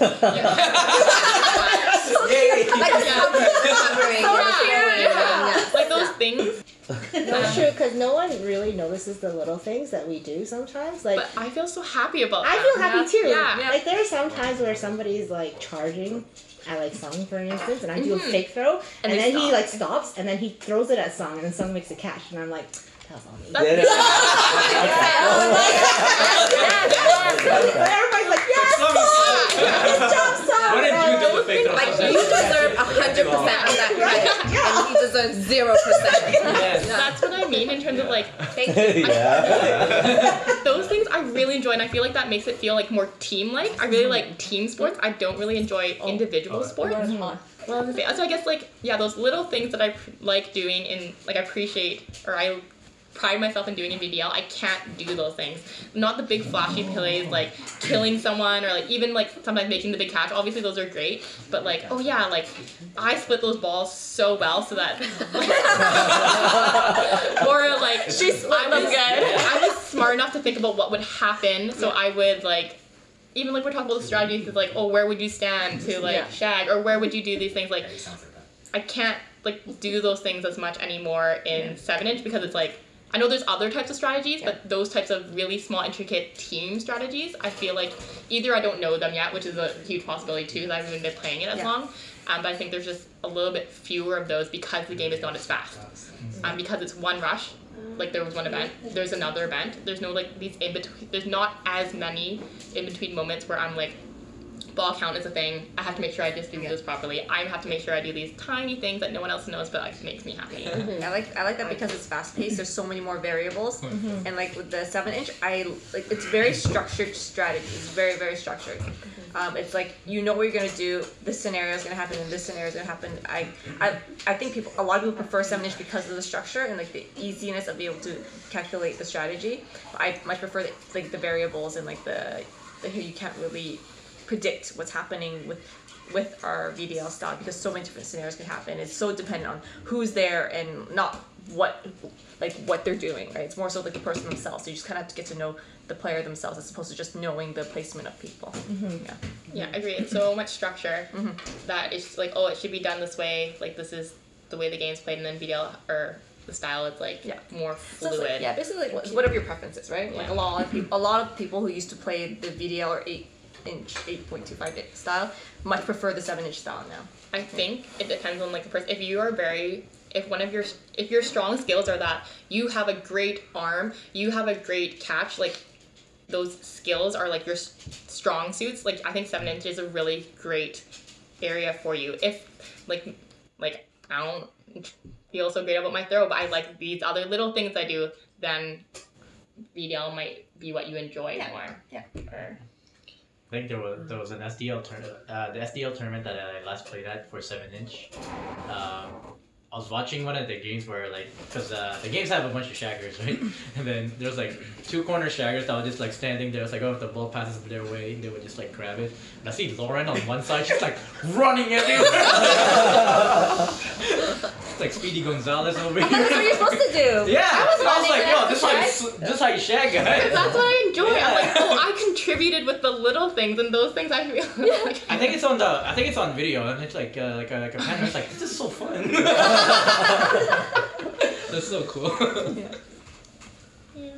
Your opinion?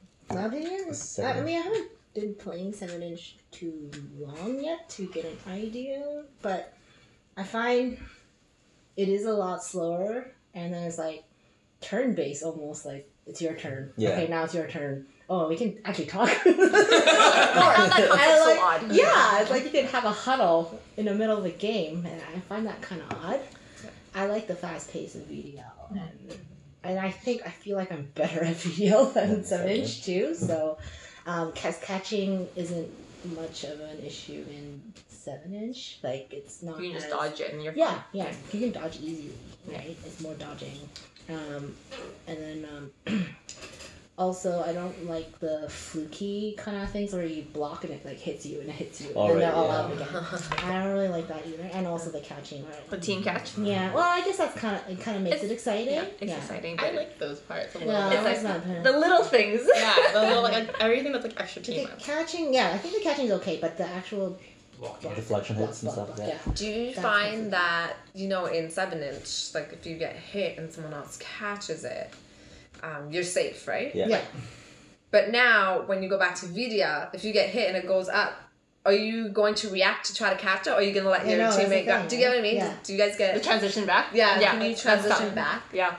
No, yeah, I can I'm still transition trying back. to Yeah. adjust to the 7-inch where I have to try and catch it. I'm Yeah. still kind of like You can Yeah. for I'm 7-inch. trying to avoid the Yeah, ball. for 7-inch, if you have a ball, you get hit. Like, You why dodge don't the you ball catch and catch the ball. Yeah. I can't. I have to hold on to that ball. Right. I can't Yeah. like physically, like mentally, I can't let go of that ball to catch this ball. Right. Like VDL style, you have to keep this ball in order Oh to yeah, catch and you this can ball. actually Right. let go. Yeah. Right. Yeah. Do you find that you get them confused? Like you'll be like, oh shoot, I shouldn't be doing this in this league, or I should be doing it in this league?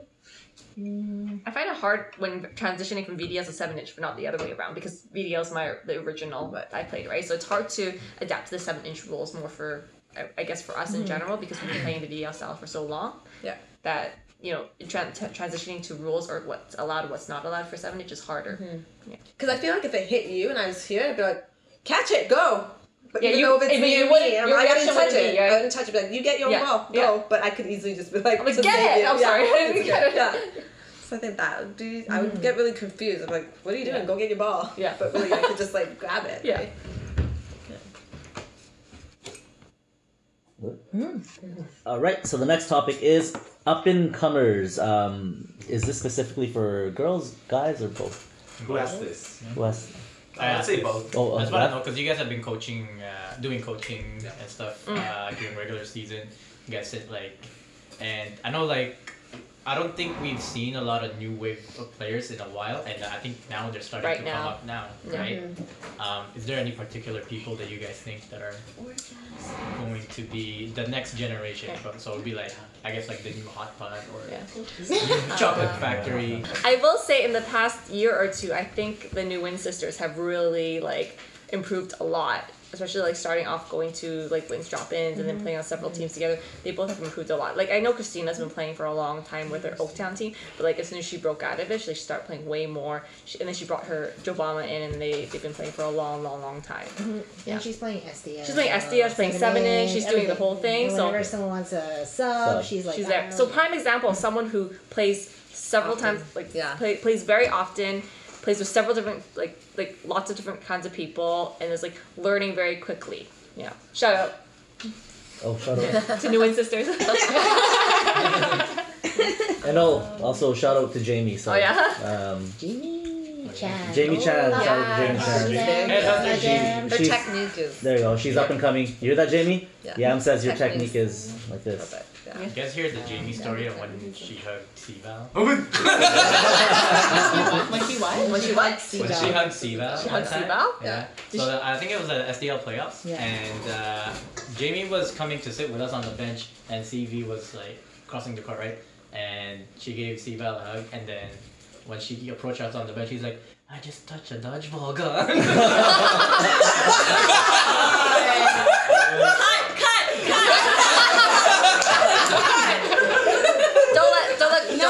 Don't let Chris hear this.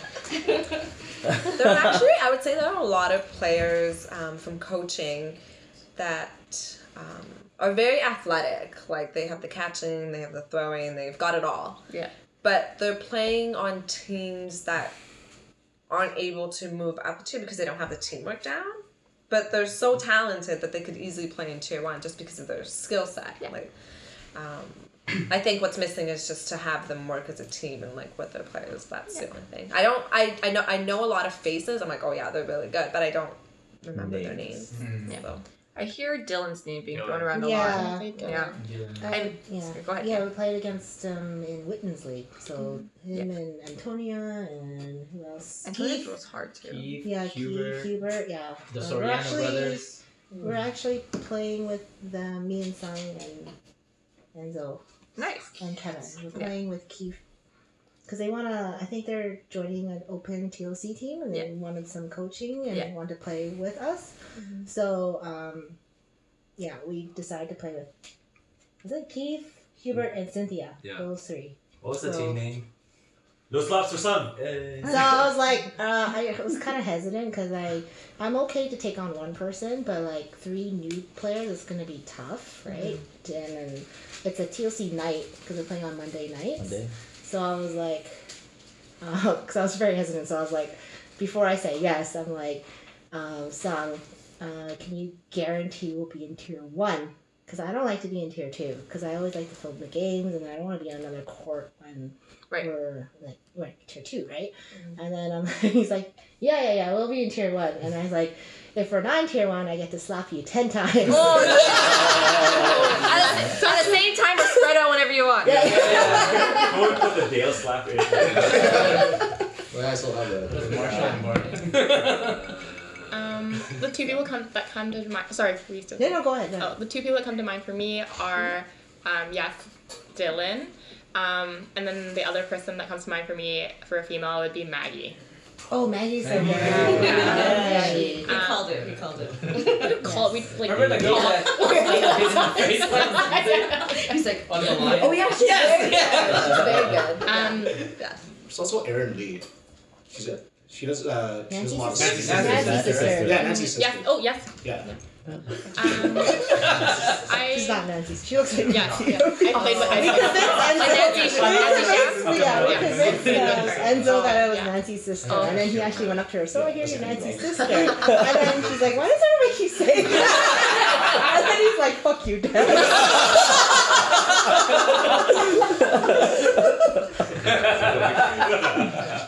I guess for the 2 people I mentioned, I don't know if you can say like, oh, they're up and coming because they were already in They're tier already 1. playing, They're already in tier 1. It's Yeah. just like they're coming into their own more. But like, I don't want to say like up and coming like they're here. Right? Yeah. Maggie's really good. Yeah. Yeah. And what about you? I don't know. I was just talking about all those guys in Doki Doki. They're pretty Oh. good. Yeah. What about my boy Tim? Oh, Tim. Tim, Yeah, I like Tim's Tim. good too. Yeah. Do we have a picture? Can you? Who's He goes this way. This. Oh, yes! He kind of has a ball Yeah, in like yeah, his arm. yeah. He just like they He just blocks so well. Yeah, Yeah. so he's catching a lot now too. He's very good. Catching that? Yeah. Yeah. He has a really nice Heard that, throw. Tim? You're good. He's a very nice throw. Yeah.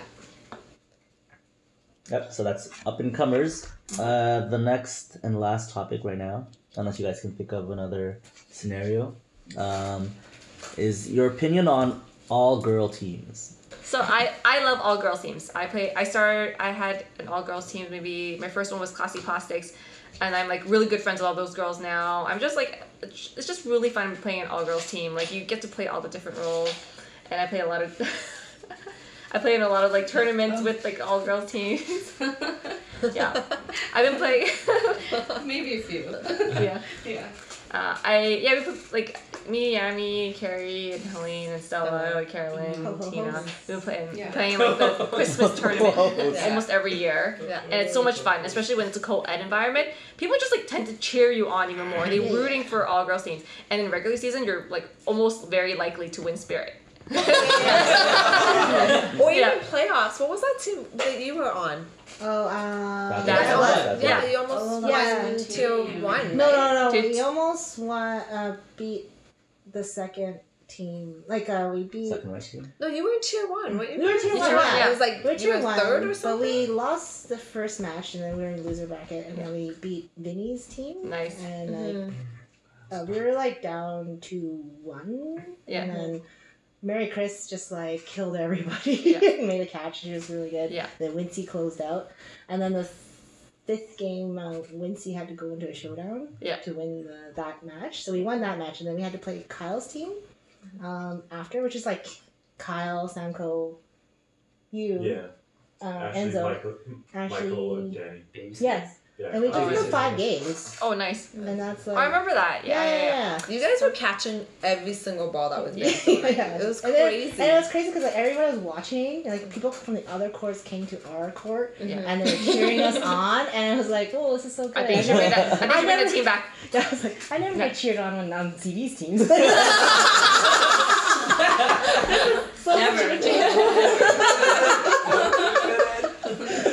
But it was like the greatest event. It's just nice to have everybody cheer you on. It was loud too. Yeah. Never won them.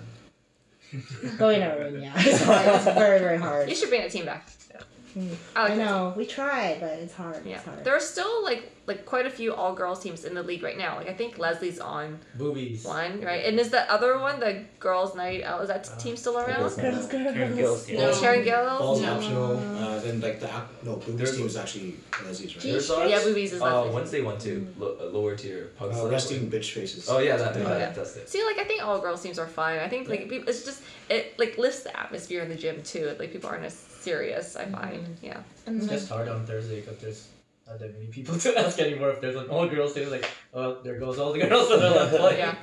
Let's make an all girls team on Thursday. I know. God damn it! All girls team Thursday. Yeah. All right, I'm in. James. And I guess like with Deb's story, it shows like not just fun, but like being competitive too. Which is good. I haven't had a chance. I was close, but I haven't had it just didn't work out. Haven't had a chance to be on an all girls team, but like when we play Queens and stuff, it's a lot of fun, right? Been a lot of fun for me. Yeah.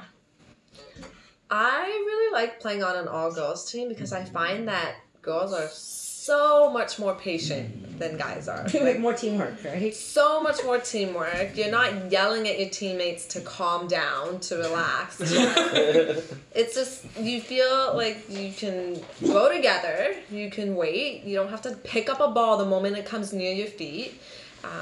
It's just, I find it to be more fun than playing, I mean, I play on a lot of teams with guys, but I find it to be more fun to play with an all-girls team. Just because I think that's better game strategy, like, you listen to each other, whereas, like, for a guy, you're like, hey, like, I know you threw cross, can you throw straight next game? Next game shows up, first cross. Like, what did we just discuss? Like, did you just forget about it? Whereas a girl, it's like, okay, yep, I'll throw straight. We're all on the same page. I just find it to be better teamwork. Name I don't know if you Name drop. think that too. No, 100%. I love playing on all girls teams. Yeah. I think she's too good. All right. So that's all the questions that we had pretty much here. But I've got another type of question. We talked about this a couple of years ago when we were on the same team. We were like, "Who's your kryptonite?" So we talked about that. So I guess now some of those players don't play anymore. But right now, who would your kryptonite be? In terms of like, if you played against them, you always lose, or they always catch you, or they always hit you out. Who would your current kryptonite be right now? I mean, pretty sure it's always Chris for me. Chris. CV. Oh. Yeah. Also, I don't think... Yeah. I also have a very difficult time playing against Titus. yeah. Solution. Play together. No. you remember that time when you like hit him out in playoffs? And Oh, I you, totally like, suck it. Yeah. That was her downfall. Insert clip. Insert clip. Son. We have a media guy. Yeah, media guy. Media. What? You said Chris? I know. I don't know.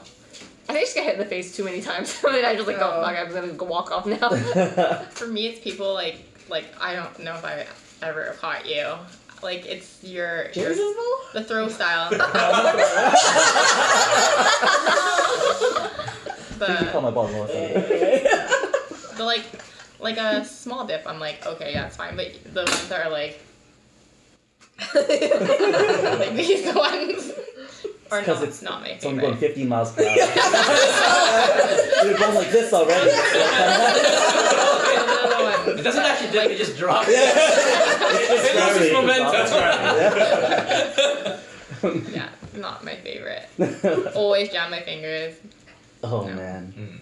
I would much rather get hit in the face 10 times than ever getting Jam finger. fingers. Yeah. My kryptonite was, I hate saying this, was Matt Ho. No. I just could never catch him. It was just driving me. And he would yell as he threw, so I was like, I would be too like shocked. I don't know how to react to someone who's yelling, and then they throw, and like he also has really nice eyebrows. So I was like, He does. he just goes like he would yell something, and then but like his eyebrows were also very beautiful. So I'm like, Sure it's 'cause I don't know where to look. The balls are beautiful eyebrows. Was His ball was so hard to catch. I don't know why. I couldn't tell you. That because was they back was then. he throwing muffins? No, they were like straight balls Yeah. too, like right here. I'm like, I don't know why I can't catch your ball. It's probably the The eyebrows. eyebrows. Yeah, the eyebrows. Very nice. Now I would probably say it's Mike Kennedy. No, you still caught him. It's Mike or really Matt? hard though. Like it's just a lot of like movement in his ball last does have second. movement, Yeah, like it'll come, but then all of a sudden it just like changes direction, upward, down. And it's a lefty, which is different Yeah. from your natural Yeah. You talking about Mike or Matt? Mike. Mike. Yeah. Oh, okay. Yeah. No, There's too much movement. I know. I feel like because of your eyebrow comment now, you've kind of done an ad and like helped a lot of eyebrow technicians out there because everyone's gonna in videos and get their eyebrows done. All nice. these I know. All these Well, guys. I knew that all these guys' eyebrows. Like, fuck. Who was talking last? Eyebrows? We were all just Eyebrows. Mike Kennedy. Oh. you said? Oh, Mike. Yeah, Mike Kennedy, because his ball kind of goes in different directions just before it gets to. It comes, and then all of a sudden, I don't know where it's going. So, and because he's left-handed, I'm not used to a lot of left-handed players. Yes. It's weird for my eyes to adjust. Yeah. The only one I'm used to is Nick, because he's always been across from me for the last like 10 years. But other left-handed throwers, I can't read well. Yeah. So Mike Like. Kennedy, yeah. But you dance. I don't know. PDL is your kryptonite.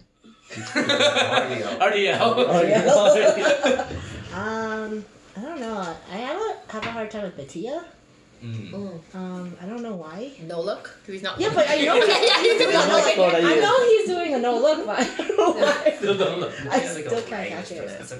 Batia, Yeah. Byron's throw is really hard for me too. It's just a lot of heat. Yeah. Yeah, and curving too. I have a hard time with him. Actually, I have a question for the rest of you. Yeah. Was there like a when you first started playing dodgeball? Was there like a female dodgeball player that you like looked up to? That you like wanted to emulate? I would say I really liked watching Carolyn and Tiana. Yeah. Because I really liked the way that Tiana counter-attacked. And she's incredibly intelligent in the game, but I don't think a lot of people notice the little things she does on the court. And Carolyn catches everything, so... She also has such a calm demeanor on the court. Yes, Carolyn? yes. Yeah, so that was, I would agree, 100% those two were like, watching. And also you. Yeah. Oh, Yes. I would say you. I would Yeah. say you. Oh. Yeah, Yams. Yeah. Yeah. Yeah, I'm just. Yeah, What were you, Debs? Me? Yeah. Oh well, when I first started a long time ago, We played against Brandon's team, and they had Ellie and Sarita on the team. And I actually looked up to them too at the time. Yeah. Because they were good at countering and catching too as well. So that was back in the day. Long time ago. Season 6. Holy cow. Yeah, season 6. Yeah. Before any of us really played. Yeah. What's since we've all you have been playing for a while, what's your biggest accomplishment that you would say you've achieved in VDL? Or it doesn't have to be a big accomplishment, or like what's your biggest moment, proudest moment, yeah. Ooh. Probably our first resets win. Oh. Yeah, that was really meaningful. Yeah. Just because we've been playing together for so many years, it was about time. And when we did finally win, it was pretty awesome. Who'd you guys win against again? The first time? It's like I got like 1,000,000 second places before I got my first. So I think it was season 13, 14. Against who? I don't remember. Oh, Psychedelics. Psychedelics? Oh. Psychedelics is a strong Remember team. that, Yeah. That was really nice. Yeah. Really, really And just like the entire The gym. whole gym was so, clapping, yeah. yeah. And I was like, and I like it when people like my team. I don't like playing on teams where people are booing my team. And that's usually with Chris on it. So I'm like, Chris? Yeah. Yeah. When I'm covering Chris's teams. I mean, Yeah, congrats, Chris. I mean, my first win was with Chris, so I don't know how excited everyone was for it. I mean, I was pretty excited for my first win. I think you were on the team. What team was it? Youngbloods. Yes. Yeah, like Quincy and Were you Kevin. on that team too? Yeah. Yeah. I mean, that was really exciting. I'm always like, you never get your first, right? Yeah. Yeah. I don't know. There's a lot of exciting. For me, it wasn't so much the accomplishments in dodgeball. It was like the people I met through dodgeball. Yeah. I mean, obviously, yeah. I met Tigers. By default. And then the dog. That was okay. Yeah. That was okay. Because of all the other things I've done for hire. That guy over there. Because they got you your dog. Yeah. Yeah. Because you got your dog. I got the dog, guys. I got the dog. For me, I think of course like our hot pot one was nice. We're like not so much like a manufacturing, but like a team like where we were friends prior to. So it wasn't like a pick and choose based on like we want this position or this person. It's just like, oh, we like our friends and it's nice to like play a sport together as well. It's really fun to be able to like have friends and also do something else with them, like play with them. So that was great. And it's not really like a defining moment or a single moment, but a really great accomplishment or feeling is when you've been working so hard, I guess like maybe in tier 2, and then you finally have solidified that you're not that team. Like there's a really hard moment in your career where you're like, oh, we moved up to tier 1 and then we drop back down. You're kind of like on the borderline because that is part of the progression. And like once you kind of like overcome that and you feel like, wow, like I'm in tier 1, like that's a really good feeling. Like you're not worried about like dropping every single week dropping, but you know it happens. It comes up again and like. What about this season? Yeah. So now I'm having those bad feelings. Throwback Thursday. Throwback Thursday.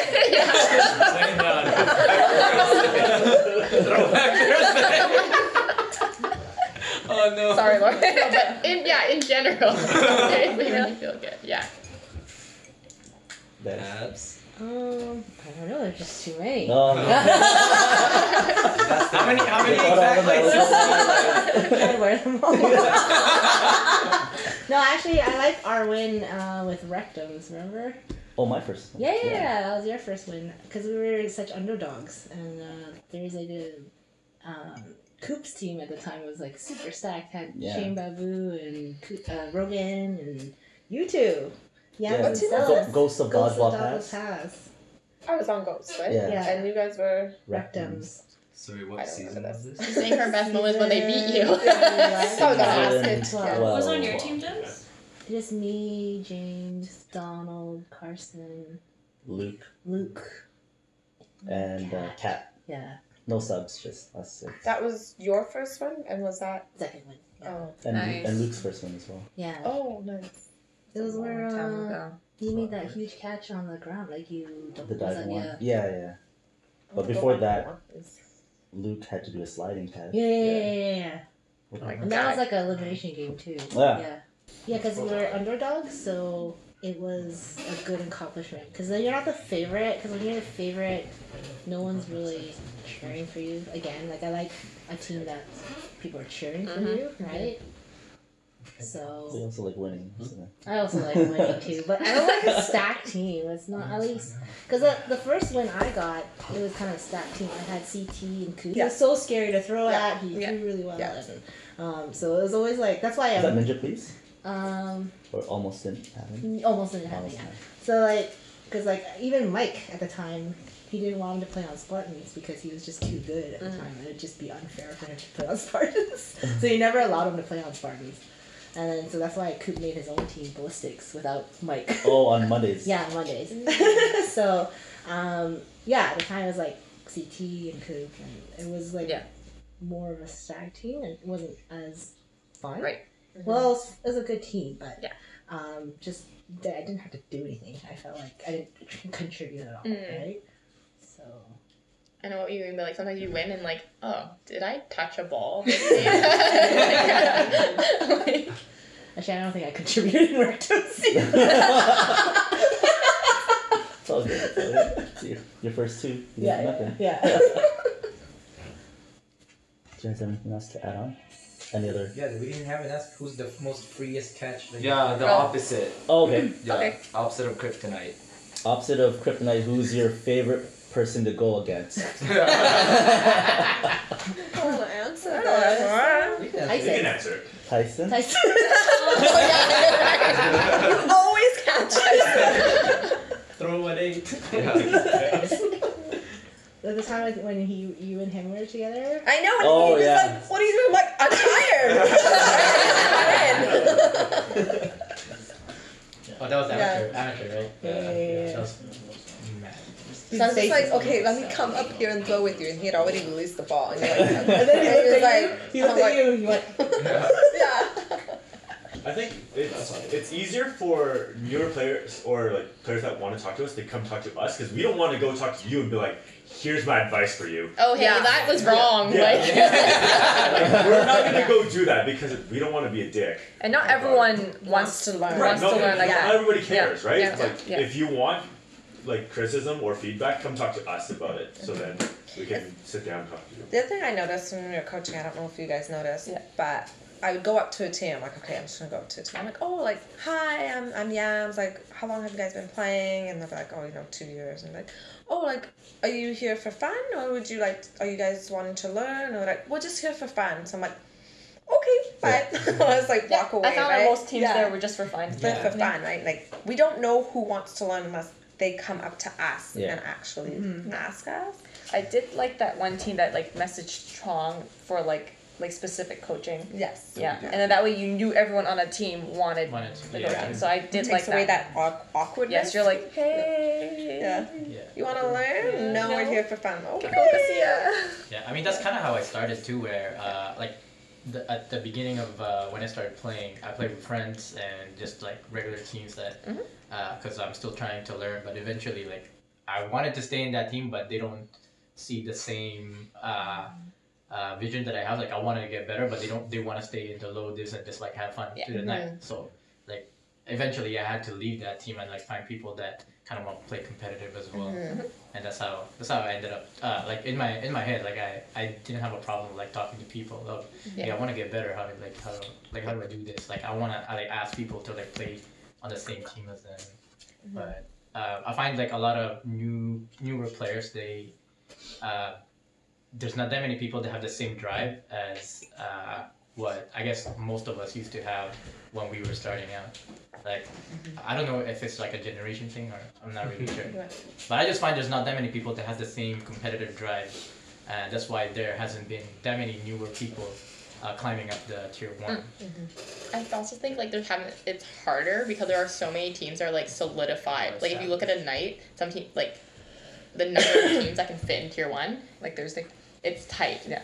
Like it's hard for people to make a jump up or whatnot. Yeah.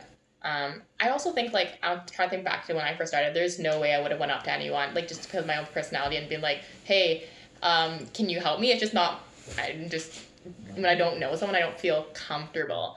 Like even though we say that or you say like yeah like come talk, I wouldn't do it.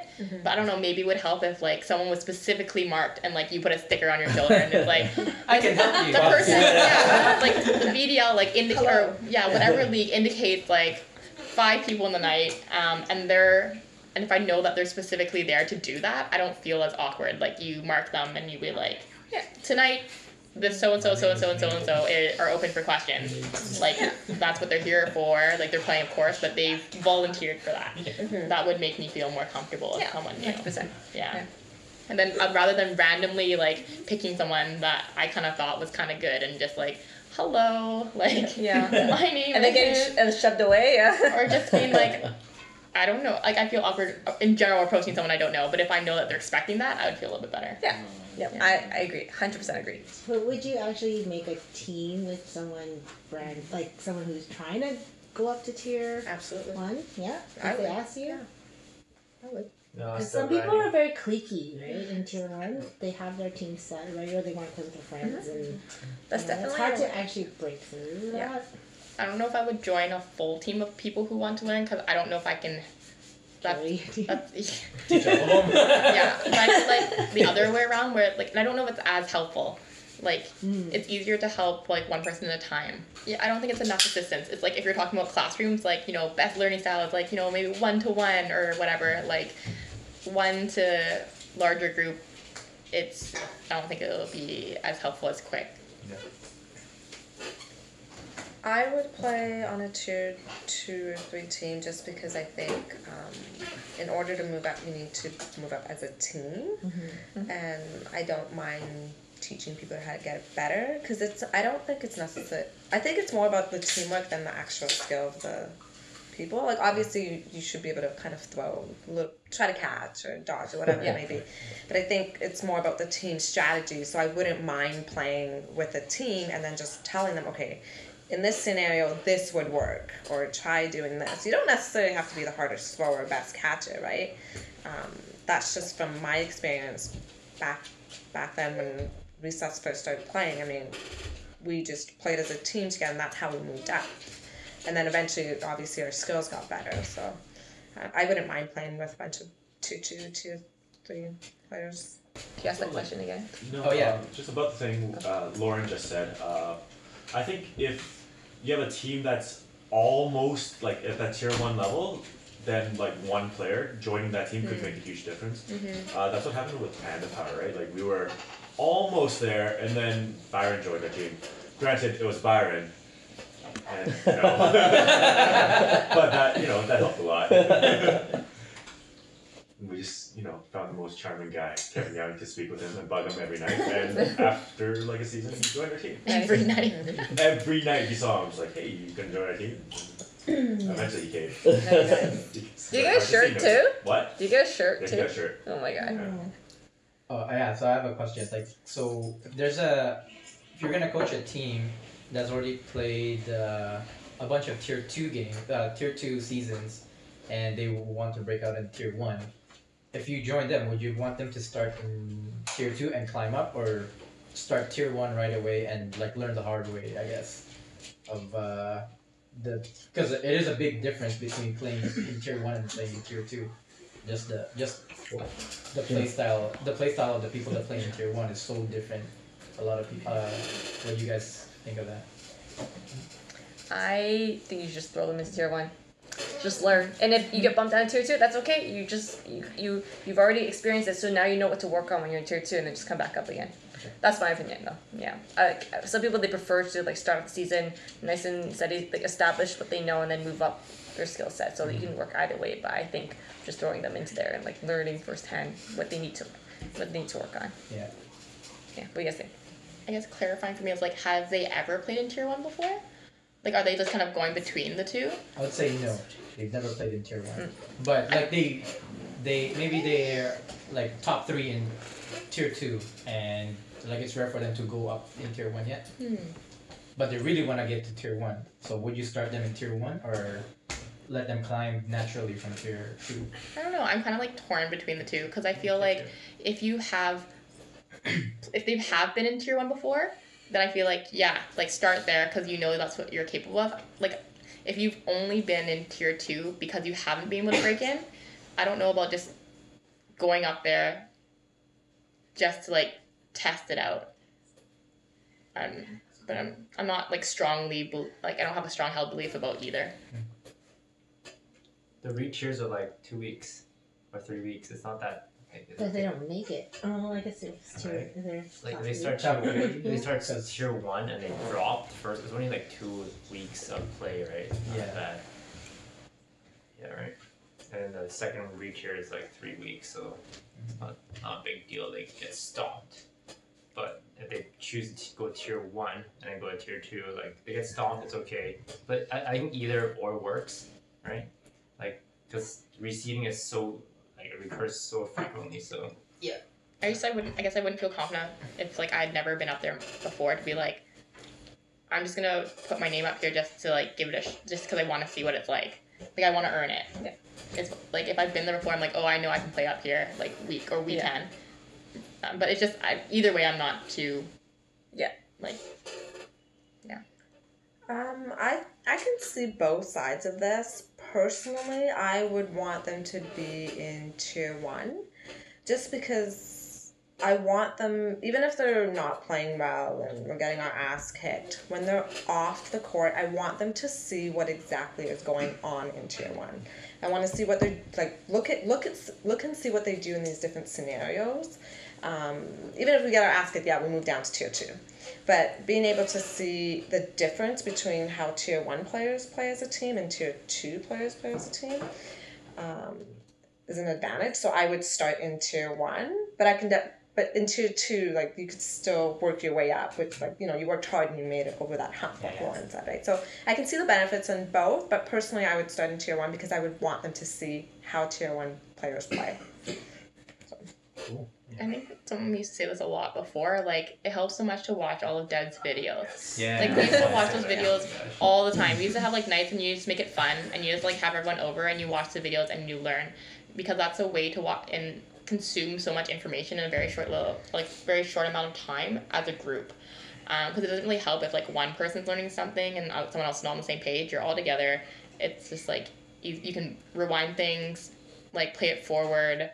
It's like video analysis is like so beneficial, and like we should all be thankful for devs for like giving us that opportunity.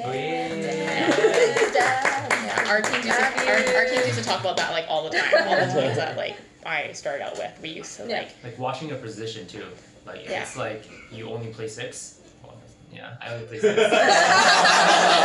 Oddly specific. I grew up like playing, like I watched Rogan and then Byron, and every situation, okay, Byron's last ball, what did he do? Byron with like 2 balls, like the C-ball Byron, what did Byron do? It's like, okay, C-ball made a throw, Byron's holding. I guess I should hold as well. Like it's stuff, little things like that. Pick a player that fits your style. I feel like Rogan fit my style because he was like passive. He was passive aggressive. Like he was like, I will play passively, but once he finds the opportunity, he'll make a shot kind of thing. And that's kind of like, I feel like I started kind of playing that. Like I just play passive, but I see an opportunity, I'll go for a shot because I can kill anyone with a ball. So I just try to find opportunities. Whereas Byron can like kill anyone, but you have to think of him as situational. Like every situation, like last ball, 2 balls with the team, what does he do, right? He pulls over his middle to come throw with him, or he pushes the middle to go with like C-bar or something. Like there's different scenarios. I think, because in comparison, like, you can learn by watching things live, but, like, it's too fast. Like, even sometimes when you're reffing, you're like, what happened? It was too fast. You can't, like, analyze people, and, like, it's just difficult. Like, it's easy, and you get caught up in the motion because you're so excited watching something for the first time. It's easier to watch it on video. Yeah. Ooh, another great way to learn, ref lots.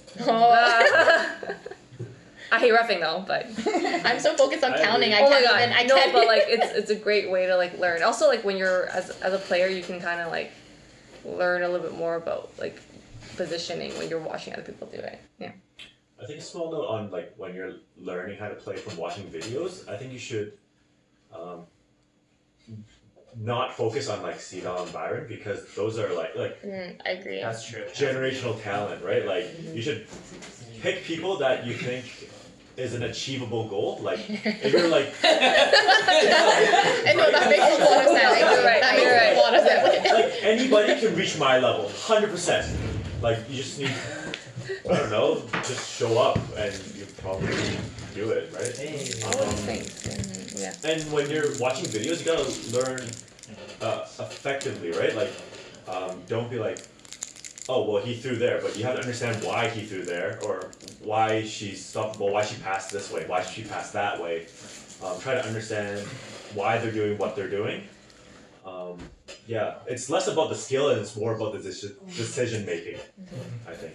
Yeah, it's true. Because like some people like they win because they're just that much more skilled, and like you can't just like you just can't. You can't reciprocate Byron Seaval because it's just their skills different. I can't watch them throw that many times and just be like, no, I can throw like that too. Like that's It's a thought process. Like what did they do?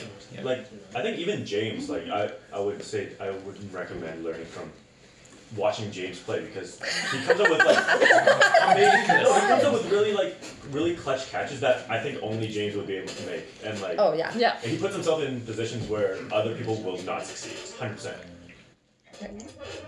But with that being said, Playing the though, bench. I'd say watching videos is really hard because even though you watch videos, if you watch like when Debs does it, she tracks the ball, so you're missing stuff that happens on the court that like even I don't know that Pocket Byron video or whatever it was like that threw and then someone shows up. Who knew that that person was there, right? And you have to like think about it. So I remember when I was learning, I would sit in that court, even like our games are done, I would sit there, watch tier 1. Yeah.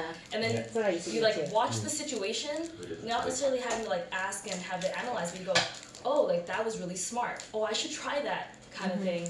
It doesn't necessarily have to be a person, it could just be that situation. And like I've told a bunch of girls who are trying to come up that the one thing to get experience is play. Play more, go sub more. The more you have like playing time on the court, the more you learn all the different situations that you're gonna be in, and that way you just get better that much faster, and you meet more people that can then help you out. That you're on the court with them, they say hi, they learn your name, then you can go and ask them, hey, can you be on a team with me? Or hey, like, what did I do wrong when I subbed for you? Like all that kind of stuff. You learn so much faster. And like these things are not mutually exclusive. Like it's like if you can only like watch in court and you can only watch videos. Like ideally you just do a little bit of everything, right? If you guys would like to learn how to play a little bit better, game strategy, throwing, catching, feel free to come up to all of us. We're quite friendly. Just we don't know if you want help unless you ask. So come on up to us. Even Pub Night's coming up soon. So is this gonna be posted before Pub Night? No. Never mind. After Pub Night. Next season. Playoffs. We'll see you all at playoffs. Playoffs, yeah. Maybe posted before playoffs? Yeah. Okay. Come talk to us during playoffs. We'll be happy to help you. We're quite friendly. So. 100%. And if you just want to talk about other stuff, just get to know us. Yeah. No problem. We like dogs. And food. And plants, apparently. Yeah. And food and plants, yeah. I think come out, keep playing dodgeball. It's a lot of fun. It's a sport where you can like grow very quickly. It's an untraditional sport. I think a lot of people can like grow a lot and do well in, even if they think, oh, like these other sports haven't worked out for me. So that's one thing I really like about dodgeball. So Great. All right.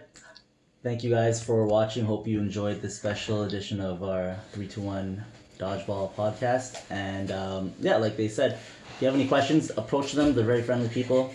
They'll give you as much knowledge as possible. And on behalf of the team, see you guys later. And like, share, and subscribe. Right, see you later.